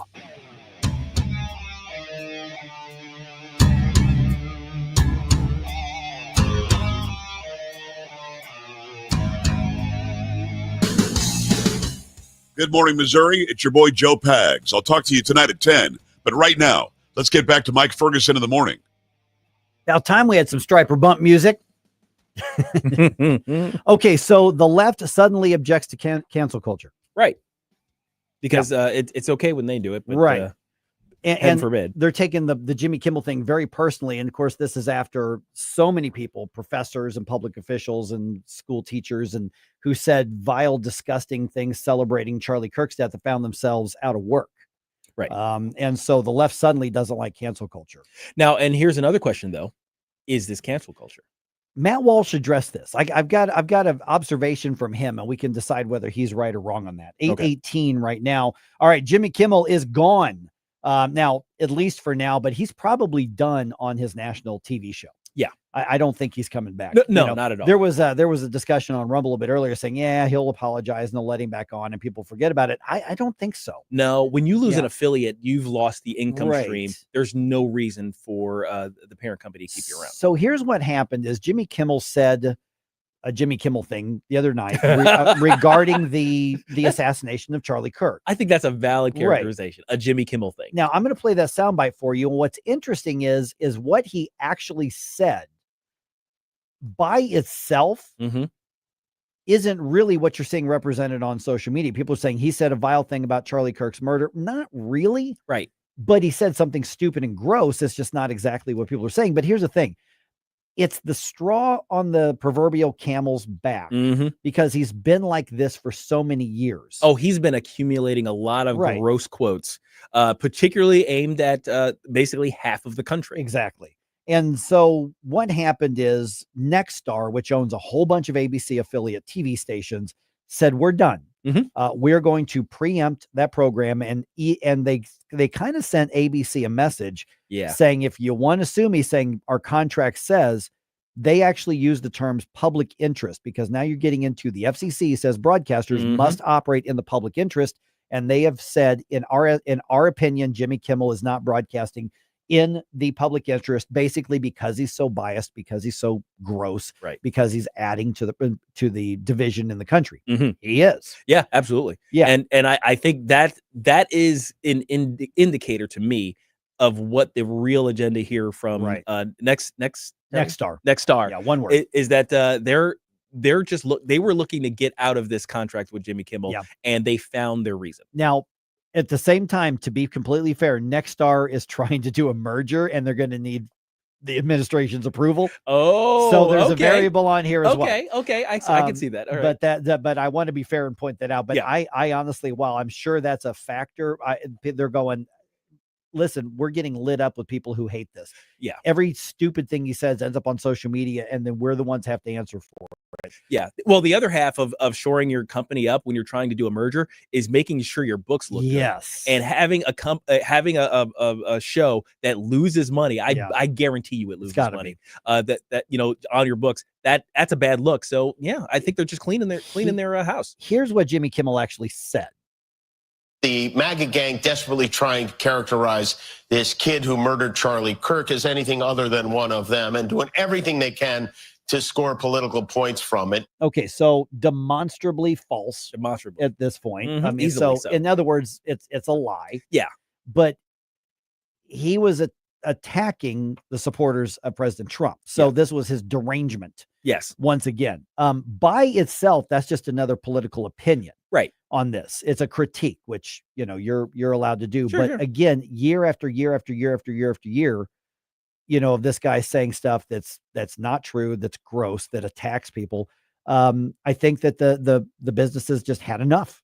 Yeah, they were done. Well, the thing is, Jimmy Kimmel, I think a long time ago, he cut the audience in half. Yeah, he cut the body of America in half, and now he's been picking at the wound for years now, and they're just like, enough. This is crazy. This isn't making us money. I think that's the main thing. This isn't making us money. So Chuck Schumer disagrees. Okay, Senator Chuck Schumer was on CNN, and here's what he had to say about the decision to get Jimmy Kimmel off the air, because ABC responded to the affiliates pulling him and saying, okay, we're suspending him. So here's what Chuck Schumer said. It is outrageous. It's a page right out of Xi's playbook. This is just despicable, disgusting, and against democratic values. Trump and his allies seem to want to shut down speech that they don't like to hear. That is not what democracies do. That is what autocracies do. And it doesn't matter whether you agree with Kimmel or not. He has the right to free speech. And so it is just outrageous. It is indicative of autocracy. And I am just outraged by it. Again, this is what dictators do. This is what Xi would do. This is what Putin would do. We are not that country. Okay, so first of all, Jimmy Kimmel's First Amendment rights are not being violated. Right. Whatsoever. There is nothing that violates. Jimmy Kimmel can still say whatever he wants. Yeah. Just not here. He just doesn't. The companies that carried his show do not have the constitutional responsibility to keep him on the air. They've made a market decision because he's a jerk and an idiot. Right. Absolutely. And here's the thing that always gets me. Chucky here is is responding as though the Trump administration behaved like the Biden administration. Right, yeah. That's how he's Yes. responding. He's responding as though the Trump administration, bureaucrats in the system, sent emails to Nexstar and said, you can't have this person. You need to deplatform them as soon as possible. And Nexstar obliged the administration because they were worried about retaliation. That's exactly what happened for 4 years under the Biden administration. And we have the emails to prove it. So now he's acting as though the Trump administration did that. And there's no evidence to say. Yeah. So let's look at the bigger picture here, because the left is now suddenly opposed to cancel culture. Yeah. After years of finding old tweets, old interviews, old whatever, and then running people out of work or responding to people like Gina Carano, saying things that Disney didn't like and firing her from the show. So, so the left had no problem with cancel culture up until suddenly it affects them. Like 5 seconds Okay. ago. So Matt Walsh had an observation on that. And here's something Matt Walsh said, which I think it was yesterday, which I found interesting. Tell me whether you agree or you disagree on this. There is a fundamental difference between the cancel culture that the left engages in and the quote unquote canceling that the right is doing in the wake of Charlie's assassination and the left's celebration of it. The difference is that the left will cancel you for saying objectively true, good, and normal things. To the extent that the right cancels you, it'll be for saying objectively abhorrent, perverse, and sick things. And this distinction matters. As I've said for years, the problem with the left's attack on speech is not just that they're attacking speech, but that they're attacking true and right speech. They want you to be fired for saying, for example, that men can't have babies and women don't have penises. The problem isn't simply that they're trying to get you fired for saying something. It's that they're trying to get you fired for saying the most basic and true things that it's possible for a person to say. The left's war on speech is not a war just on speech. It's a war on truth. They want to punish truth, and that will always be worse. Obviously, significantly worse. You know what? I agree. I mean, at the fundamental level, for sure, at the fundamental level. Now, in the sort of at the practical level stuff, we've got also the difference that I like to make between cancel culture versus consequence culture is the idea that I, as a third party, the leftist organization, I'm going to make trouble for you, the employer, kind of absent a relationship because you employ somebody who does something, as opposed to, hey, employer, did you know your employee does this? I think those things are different. It's different if I'm going to interfere with your free association, as opposed to I'm going to inform you about who you're associating with. Does that make sense? Sort of. Yeah, I think so. Yeah, it's sort of and that's kind of the functional difference, I think, between cancel and consequence culture. Matt was speaking to, I would say the spiritual difference, I think, between cancel and consequence culture. Yeah, and I liked how he focused on truth. Yeah. You're not allowed to challenge my agenda and object to my agenda. So we're gonna go after you. Whereas what's happening right now, and there are some, we are at risk, by the way, on our side of devolving into a witch hunt mindset. Oh, it can easily get there. Yeah, and we're on the verge of it. We're on the verge of it right now. So be careful. Use your power judiciously right now, friends. I think so far, I'm fine with it. So far, what I've seen, okay, we're striking the right tone, right? But we're that close. We're that close. We're real close. So yeah, so take it easy. But when he's talking about a war on speech is a war on truth, I think he summarizes what the left has been doing the last several years very well. Absolutely. And I've characterized the whole trans debate because he brought in the trans thing, because really, that's one of the things that I think really, really characterizes what we've been dealing with in terms of dealing with the left, is in terms of the truth issue. Is that and I've characterized that as the hill to die on, because it does speak to a fundamental truth about humanity. The men can't have babies. Women don't have penises. Like that's some simple stuff that even a baby can recognize the difference in facial structure between mom and dad. And they will understand this. So it's like this, we're talking about base human nature and them trying to hijack our brains in order to force their thoughts about anything into our minds. That's the thing. If you can force somebody to deny a fundamental truth they've known since they were a baby, then you can make them think and believe anything. I've been saying it for years. If you control words, you eventually will control thought. Yep. And you will control people. Yep. That's how that works. So bottom line is Jimmy Kimmel did this to himself. Yes. Good ultimately. riddance. I don't feel bad for it at all. Donald Trump's already posted on social media celebrating it. So he's doing a victory lap on that. Yeah. And I mean, you know what? It is kind of a victory lap for him. Trump gets to do the nanny boo boo. He does. He does. He's earned it. Yeah, he's taken the BS right from Kimmel and people like that for many, many years. And no politician is above being mocked on late night shows. Sure. That's allowed. That's expected. Yes. And I want you to poke fun at both sides. I want you to poke fun at the people I like. Yeah. So Trump, you know what? He gets to spike the football here. And I don't blame him one bit for that. But the idea that Jimmy Kimmel is being canceled by some conservative political oligarchy is just ridiculous. He did this to himself. And it wasn't just this comment about MAGA and saying something that was demonstrably untrue. It was all the years of him building up to it that's caused that. So just a reminder, before we go to the information segment here for tonight's conversation with Steve Forbes, doors open at 6 and the event starts at 7 at the Scheidegger Center on Lindenwood University's campus. The Scheidegger Center has plenty of parking and it's easy to get in and out. So we look forward to you joining us and the Hammond Institute for Free Enterprise this evening.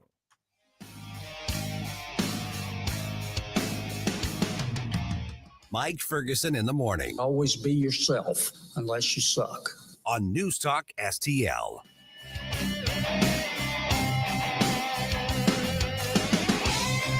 From the Michaels Flooring Outlet Weather Center. It's another dry day for most of us, although a stray shower or thunderstorm is possible west of St. Louis, just a sign of bigger changes to come. Otherwise, though, mostly sunny today, another hot afternoon, 93 for the high. Clouds increase overnight. We'll drop it down to 68 for the low, and then not as hot tomorrow. Friday still warm, though, at 87. Partly sunny, a 30% chance of showers and thunderstorms, with more spotty to scattered showers and storms this weekend. From the First Alert 4 Weather Center, I'm meteorologist Matt Shea. Fox News commentary. Apparently, Tampon Tim isn't done ruining Minnesota yet. I'm Tommy Lahren. More next. You think your 401k is safe, growing, reliable. But here's the truth. The 401k was never designed to make you wealthy. It was built to shift risk onto you, leaving your retirement exposed to Wall Street crashes, inflation, and chaos. Noble Gold helps Americans roll over part of their 401k into real physical gold. Tax advantage, penalty-free, and shockproof. Get your free wealth protection kit now at noblegoldinvestments.com. That's noblegoldinvestments.com. Past performance may not be indicative of future results. Investing in precious metals, including gold, involves risks. Consult with your tax attorney or financial professional before making an investment decision.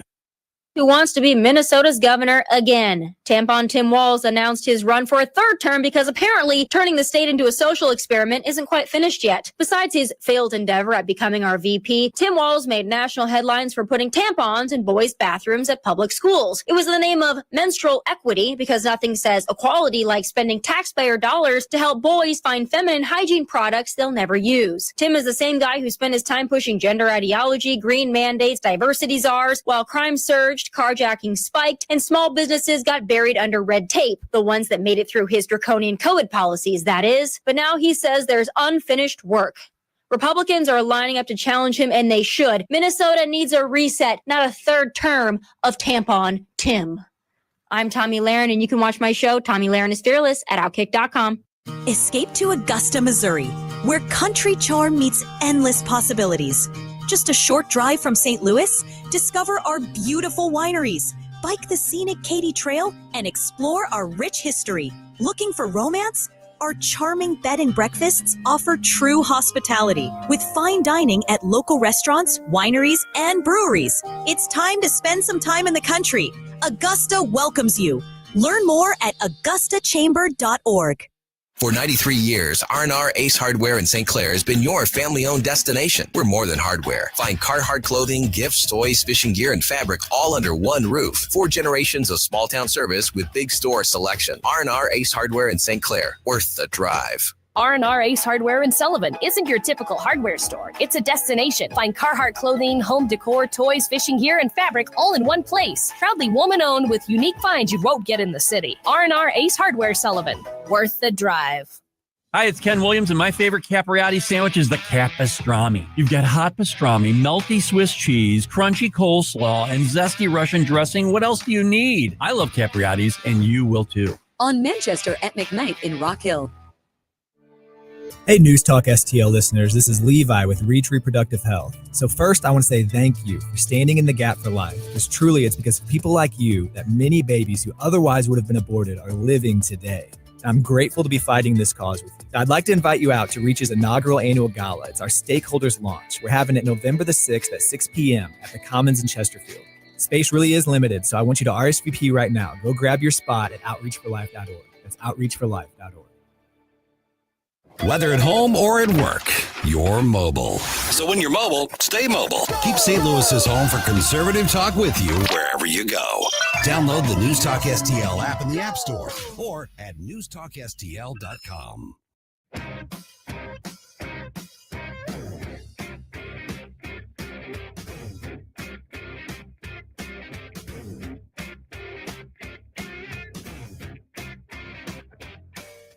Hey, this is Larry Connors. Make sure you're listening later today at 6 o'clock on News Talk STL for my show, Larry Connors USA. Now, back to Mike Ferguson in the morning.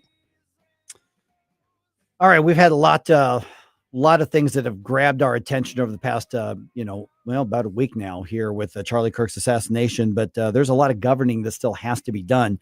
Interesting article, and this was in, I believe it was I should have written it down, Daily Signal or Daily Wire, but it was written by our friend Mike O'Neill from Landmark Legal Foundation, who joins us right now. And the title is, "If Congress Doesn't Step Up, Trump's Agenda is in Serious Trouble." That was Daily Signal, right, Mike? Yeah, Daily Caller. Daily Caller. There's a lot of daily. A lot of dailies out there. When you're saying it, I'm thinking Daily Wire, Daily Caller, Daily Signal, right? Daily Caller, right? Yes. Absolutely Okay. right. There it is. So we can check that. You can find that there. Sure. And this is what's interesting, because a lot of what's happening, and your dynamic is spot on, is that I think Congress is pointing at President Trump and saying, okay, he's got to make all this happen. Voters, especially those who supported Trump or supported the MAGA movement or whatever part of that movement, they're saying, yeah, President Trump, get it done. But there are things that the presidency is not allowed to do. And so there should be more pressure on the big things. And there's some things that I don't agree with, but on a lot of those. But give me an example of what Congress needs to be stepping up on, because at some point, I think they're trying to take credit for the success without actually going through the full battle. Right, ride the president's political coattails, so to speak, and that's generally what they're doing, and it's unfortunate. Well, tariffs. Let's just talk about tariffs now. The tariffs, it's going to be up in front of the Supreme Court in a matter of weeks. Here, it's one of the first cases they're going to be hearing in the new term, and presumably there's going to be a decision rendered fairly quickly. Now, it is a legitimate question about whether he has the authority to negotiate these tariffs under the statute. The legitimate under the emergency powers that he's asserting for this. And so I think at best it's a 50-50 proposition in front of the court. Now, remember what the Supreme Court has done over the past 10 years. We've looked at this. They have understood that they've clearly delineated separation of powers. And when they're doing these statutory analysis, what do? They don't really want to, if the executive, and this was applicable with Joe Biden, particularly with a lot of the things he was trying to do, if Congress hasn't specifically delegated the authority to the president in a lot of these major issues, and again, tariff is a major issue. We're talking hundreds of billions of dollars on the table here negotiating. If Congress hasn't clearly delegated that authority to the president to negotiate those sorts of deals, unless they can find that statutory language, they're going to say, look, the president doesn't have the authority to do this. So tariffs, I'm concerned about this because it's important that the president has this power to negotiate this. I think largely they've been very, very successful. We're seeing a lot of income coming into the country. He's reestablishing our primacy when it comes to these relationships with other countries, with Europe, for example, working on it with China, India, all of these trade negotiations and tariff deals that he's negotiated with. Now, Congress can step in, right, Mike? Congress can say, okay, look, we don't have to worry that the court might say, look, the president doesn't necessarily have this. They don't have to deal with all those consequences. They can step in and they can say, look, this is a revenue ruling measure. We're going to say codify this, and we're going to explicitly grant the president. And if you want, however they want to limit it, they can do it. But they can say, hey, look, the president has the authority to do this under this particular provision in the statute. And we need to see that, because I don't want to leave it to the Supreme Court to have to make this decision for us. I want Congress to step up. Clearly, it's beneficial for the American people. These things are working. At least my perception is that they're succeeding. So let's make sure that we don't have to worry about leaving it to the courts to do our work for us. Let's have Congress step up and do their job and actually legislate. Yeah, and I'm going to disagree with you on the tariffs themselves, but that's not the point of this, because the courts haven't ruled that the tariffs are bad. They haven't said that Mike O'Neill is right and Mike Ferguson's wrong, or vice versa. What they've said is it matters who makes the decision and enacts the rules. Right, exactly. And that's what I'm getting at here. It's just the power. It's the power to negotiate these tariffs. And again, it's an open question, and I don't think it's not an open and shut case. And I think there's if you want to have unless you want to have to face the consequences of the court's ruling, hey, he doesn't have this power, and then what's going to transpire after that, get into it. But look, Congress needs to do their job. There's all kinds of things. And again, we know this, executive orders are just that. Now they are important, and they have a lot of control over how the agencies go about their business. But President AOC, again, hypothetically speaking, imagine that. President AOC comes into office. What can she do? She can reverse those executive orders day one that she comes into office. So Congress should be codifying a lot of this stuff. Again, we're talking about voting things. Where the president was talking about doing a lot of work with regards to election security. Well, if he's going to do that via executive order, okay, that's all well and good. But let's have the SAVE Act get through Congress and codify that so it's an actual permanent law that's on the books. That's not just simply an executive action. Yeah. We're visiting with Mike O'Neill from the Landmark Legal Foundation, and obviously there's a bunch of politics and policy involved in this. But what's like the basic civics aspect of this that people need to be understanding? Because a lot of times when we look at a court ruling and we get mad because we want, the president to get his agenda item done, and we get mad at the court, and the reality is really sticky because it has more to do with the process, but the process matters a lot of times. Absolutely. I say the same thing over and over again. Separation of powers is paramount for preservation of liberty here. And we have to ensure, and that's what all of these bodies of government do. This is the Supreme Court it's one of their guardians of ensuring that there's proper separation of powers here, that the president is staying within his executive lane, that the legislature is staying within its lane, and that the courts are staying within their lane. Look, the Supreme Court has had to do some has to make sure its own house is in order. We're seeing a lot of these activist judges that are going well beyond their authority, their judicial authority. So all of our branches of government are always jockeying for more power, and it's incumbent upon the requisite branches. And this is why Congress has to step up. It has a role too, right, Mike? It has to say, hey, look, we are the body that is cast under our constitutional structure with legislating, with passing and enacting laws. So let's step up to the plate. Let's not take August off. I mean, they took August off. They've had weeks off. Let's step up to the plate. Let's get on the field and let's start playing some ball. So when we look at what are some of the other aspects of President Trump's agenda that are being held up, because we get so caught up in whether we agree or disagree with the agenda item itself, that when we talk to Congress, we talk to whoever it is that represents us locally. That's what they need to hear about is, hey, what about this? Why aren't you doing this if you say you support what the president's doing?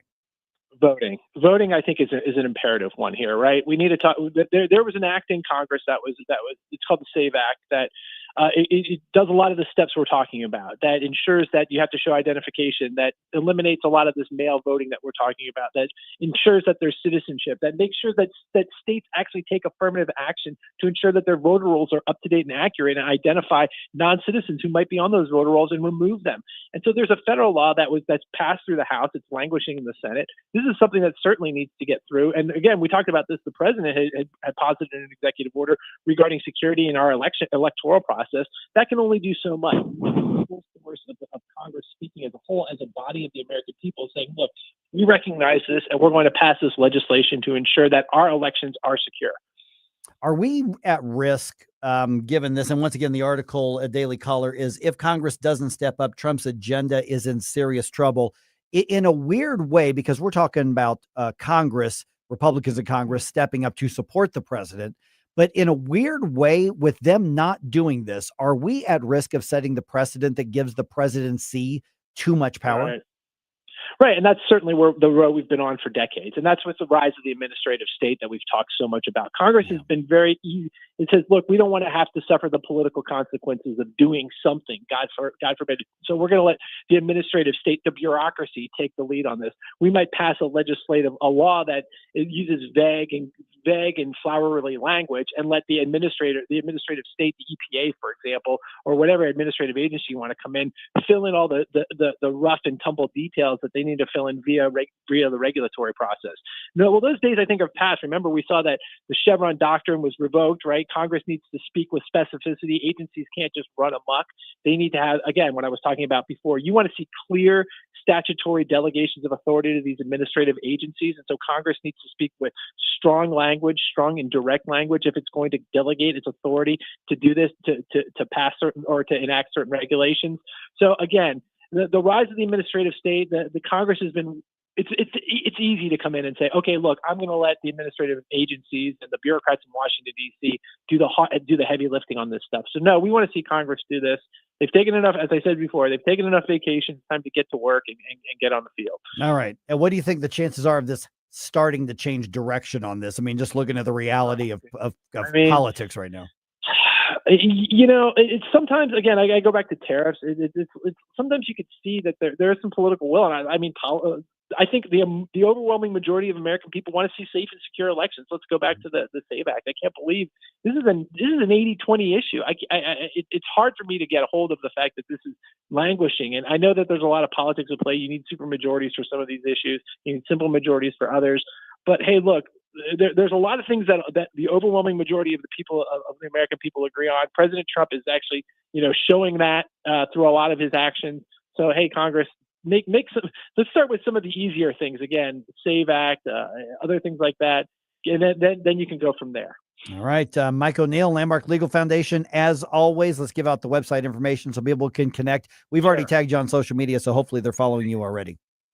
Yeah, landmarklegal.org. You just check us out on our website, and then Facebook and X, Landmark Legal Foundation. All right, great. Mike, we'll talk to you again soon. Thanks so much. Take care, Mike. Have a great day. All right. Going to wrap up here just a little bit. For everybody who's coming out to see Steve Forbes tonight, let's chat about that here in just a minute. Let me give you some logistics advice, although not much because it's really easy to get in and out. And by the way, if you got your tickets, you got them reserved, you need to be there. Come on, it's going to be a lot of fun. I'll tell you where I'm going to be so we can come up and we can chat and you can say hi. Also, if you are going to be there, you probably have a camera on your phone and you can take photos while you're there and you can tag us on social media. And then that way we know you came out and saw us and hung out with us and got to learn some stuff and we got to share an experience together.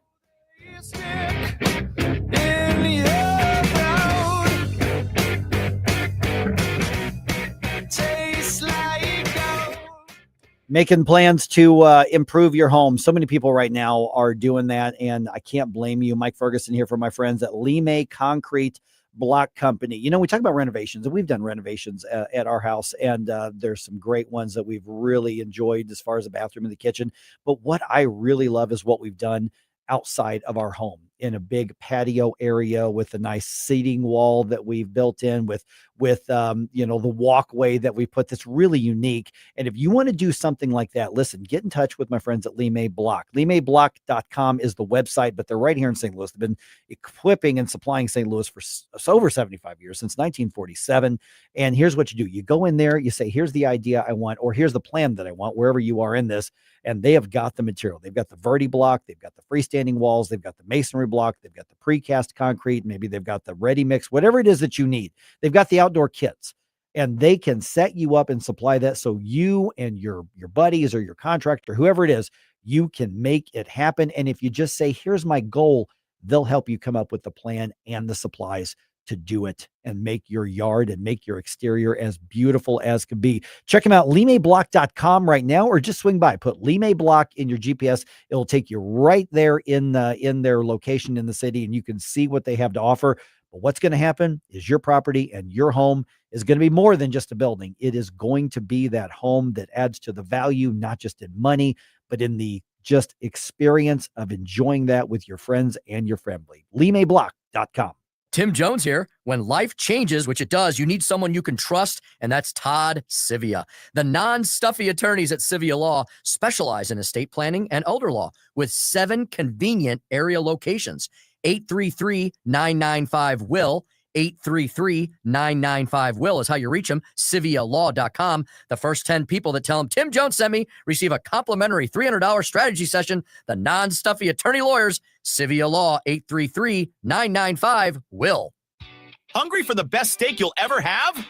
Head to the heart of Moscow Mills and discover Harry J's, a local landmark and family-owned steakhouse, serving up excellence since '98. From mouth-watering appetizers to decadent desserts, Harry J's has something for everyone. Enjoy our extensive bar selection while soaking in our friendly family atmosphere. Whether dine-in or carry-out, your meal is prepared to perfection. Make the drive to 300 Main Street and treat yourself to a taste of Moscow Mills' finest. Harry J's, more than a steakhouse. We're a tradition.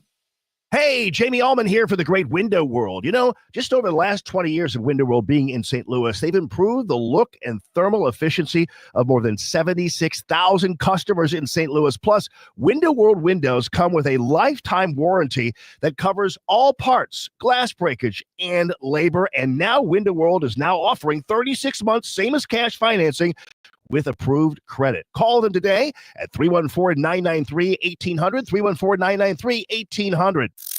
The Vic Porcelli Show. The attack on Charlie Kirk was an attack on free speech. What about the generation coming up next in their free speech? We'll talk to author Keith Gross about that Thursday at 9:41. Weekday mornings at 9 on News Talk STL. The perfect body, the perfect face. It's like God's best work, all in one place. From the haters, ain't perfection. Can't you say it's a burden being wonderful like me?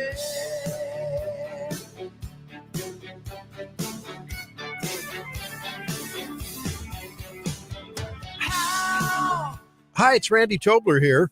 Pour a big cup of coffee and catch my show every Saturday morning from 6 to 9.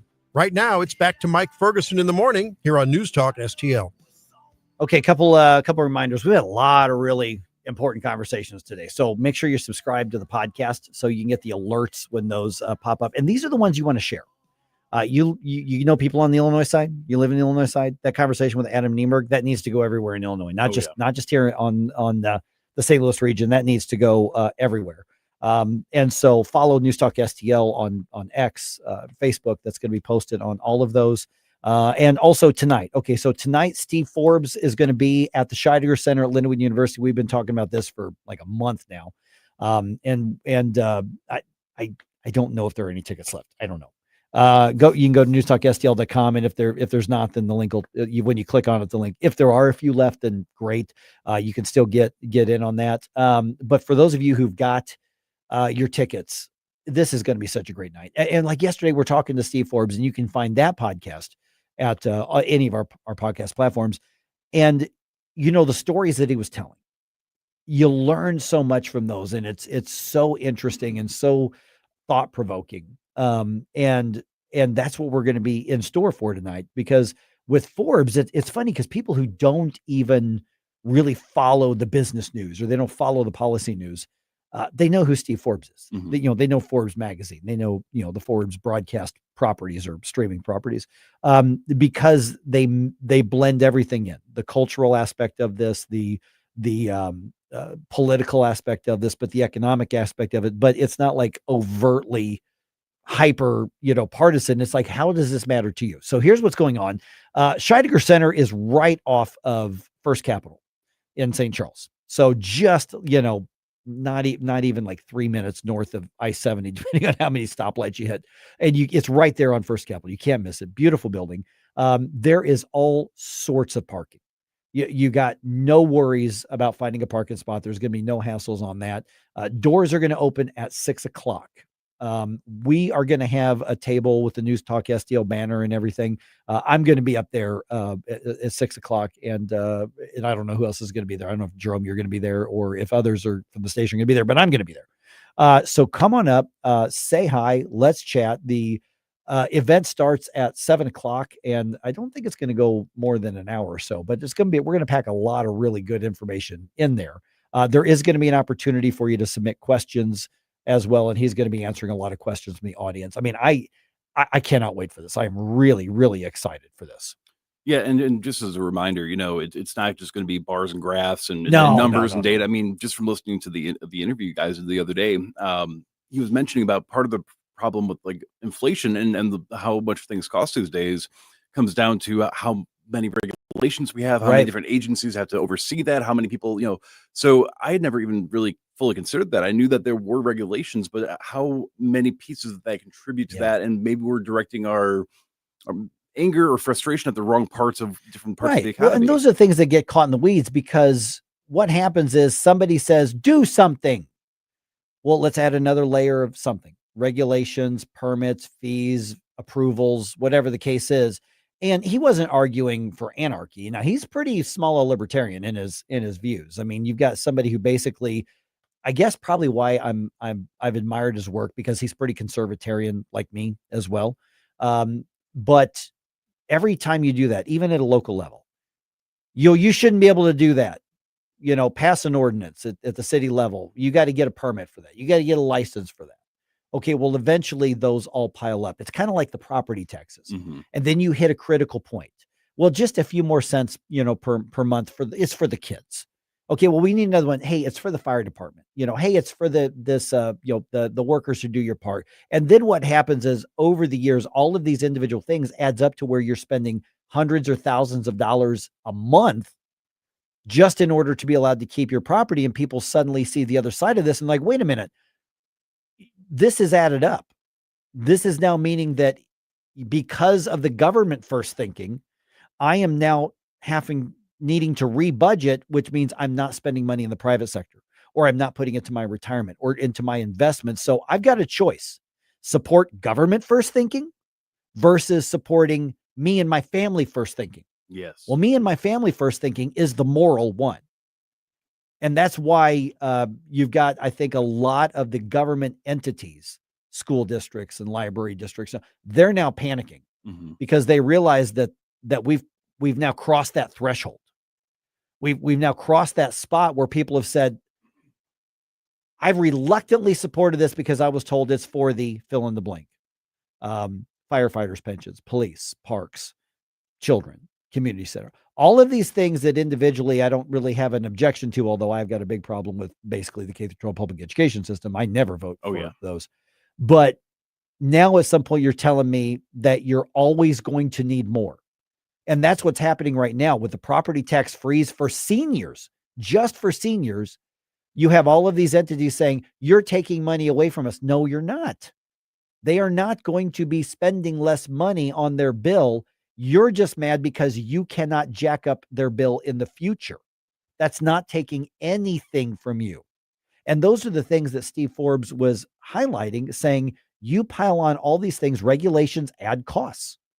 You pile on all of these things, and eventually you're stifling opportunity for individuals. And I know he's going to be talking a lot about entrepreneurship, which is something that, people hear entrepreneur and they think like multi-level marketing or something like that. They're like thinking, and that's not what we're talking about. We're talking about the ability to start a business and flourish in your family. Yes, create jobs. Yes, create tax revenue, but have the freedom to live the way you want to live. And we want to preserve or rebuild a country that has that opportunity for everybody. Now, for people that may have already gotten their tickets, but they're like, it was a free ticket, and maybe they'll stream it somewhere. Maybe, is there going to be? We're not streaming it. Nope. So if you don't show up, this is your chance to do it, and if you don't do it, forever hold your peace. Yeah. So for everybody, again, like Jerome said, you're right. Make sure that this is off. Hopefully you marked off on your calendar. You're going to come join us out there. It's going to be a lot of fun. So this is the Hammond Institute for Free Enterprise, which has done a phenomenal job with this event, and obviously News Talk STL. And there's going to be a few other, of our friends out there. So come on out, say hi. Like I said, I'm going to be in the lobby as you're coming in those main doors. I'll be at the News Talk STL table. You'll see the banners. Come on out, say hi. I'd love to be able to chat with you. But I'm telling you, right before 7 o'clock, I'm going to the auditorium. I want to hear what Steve Forbes has to say, just like everybody else.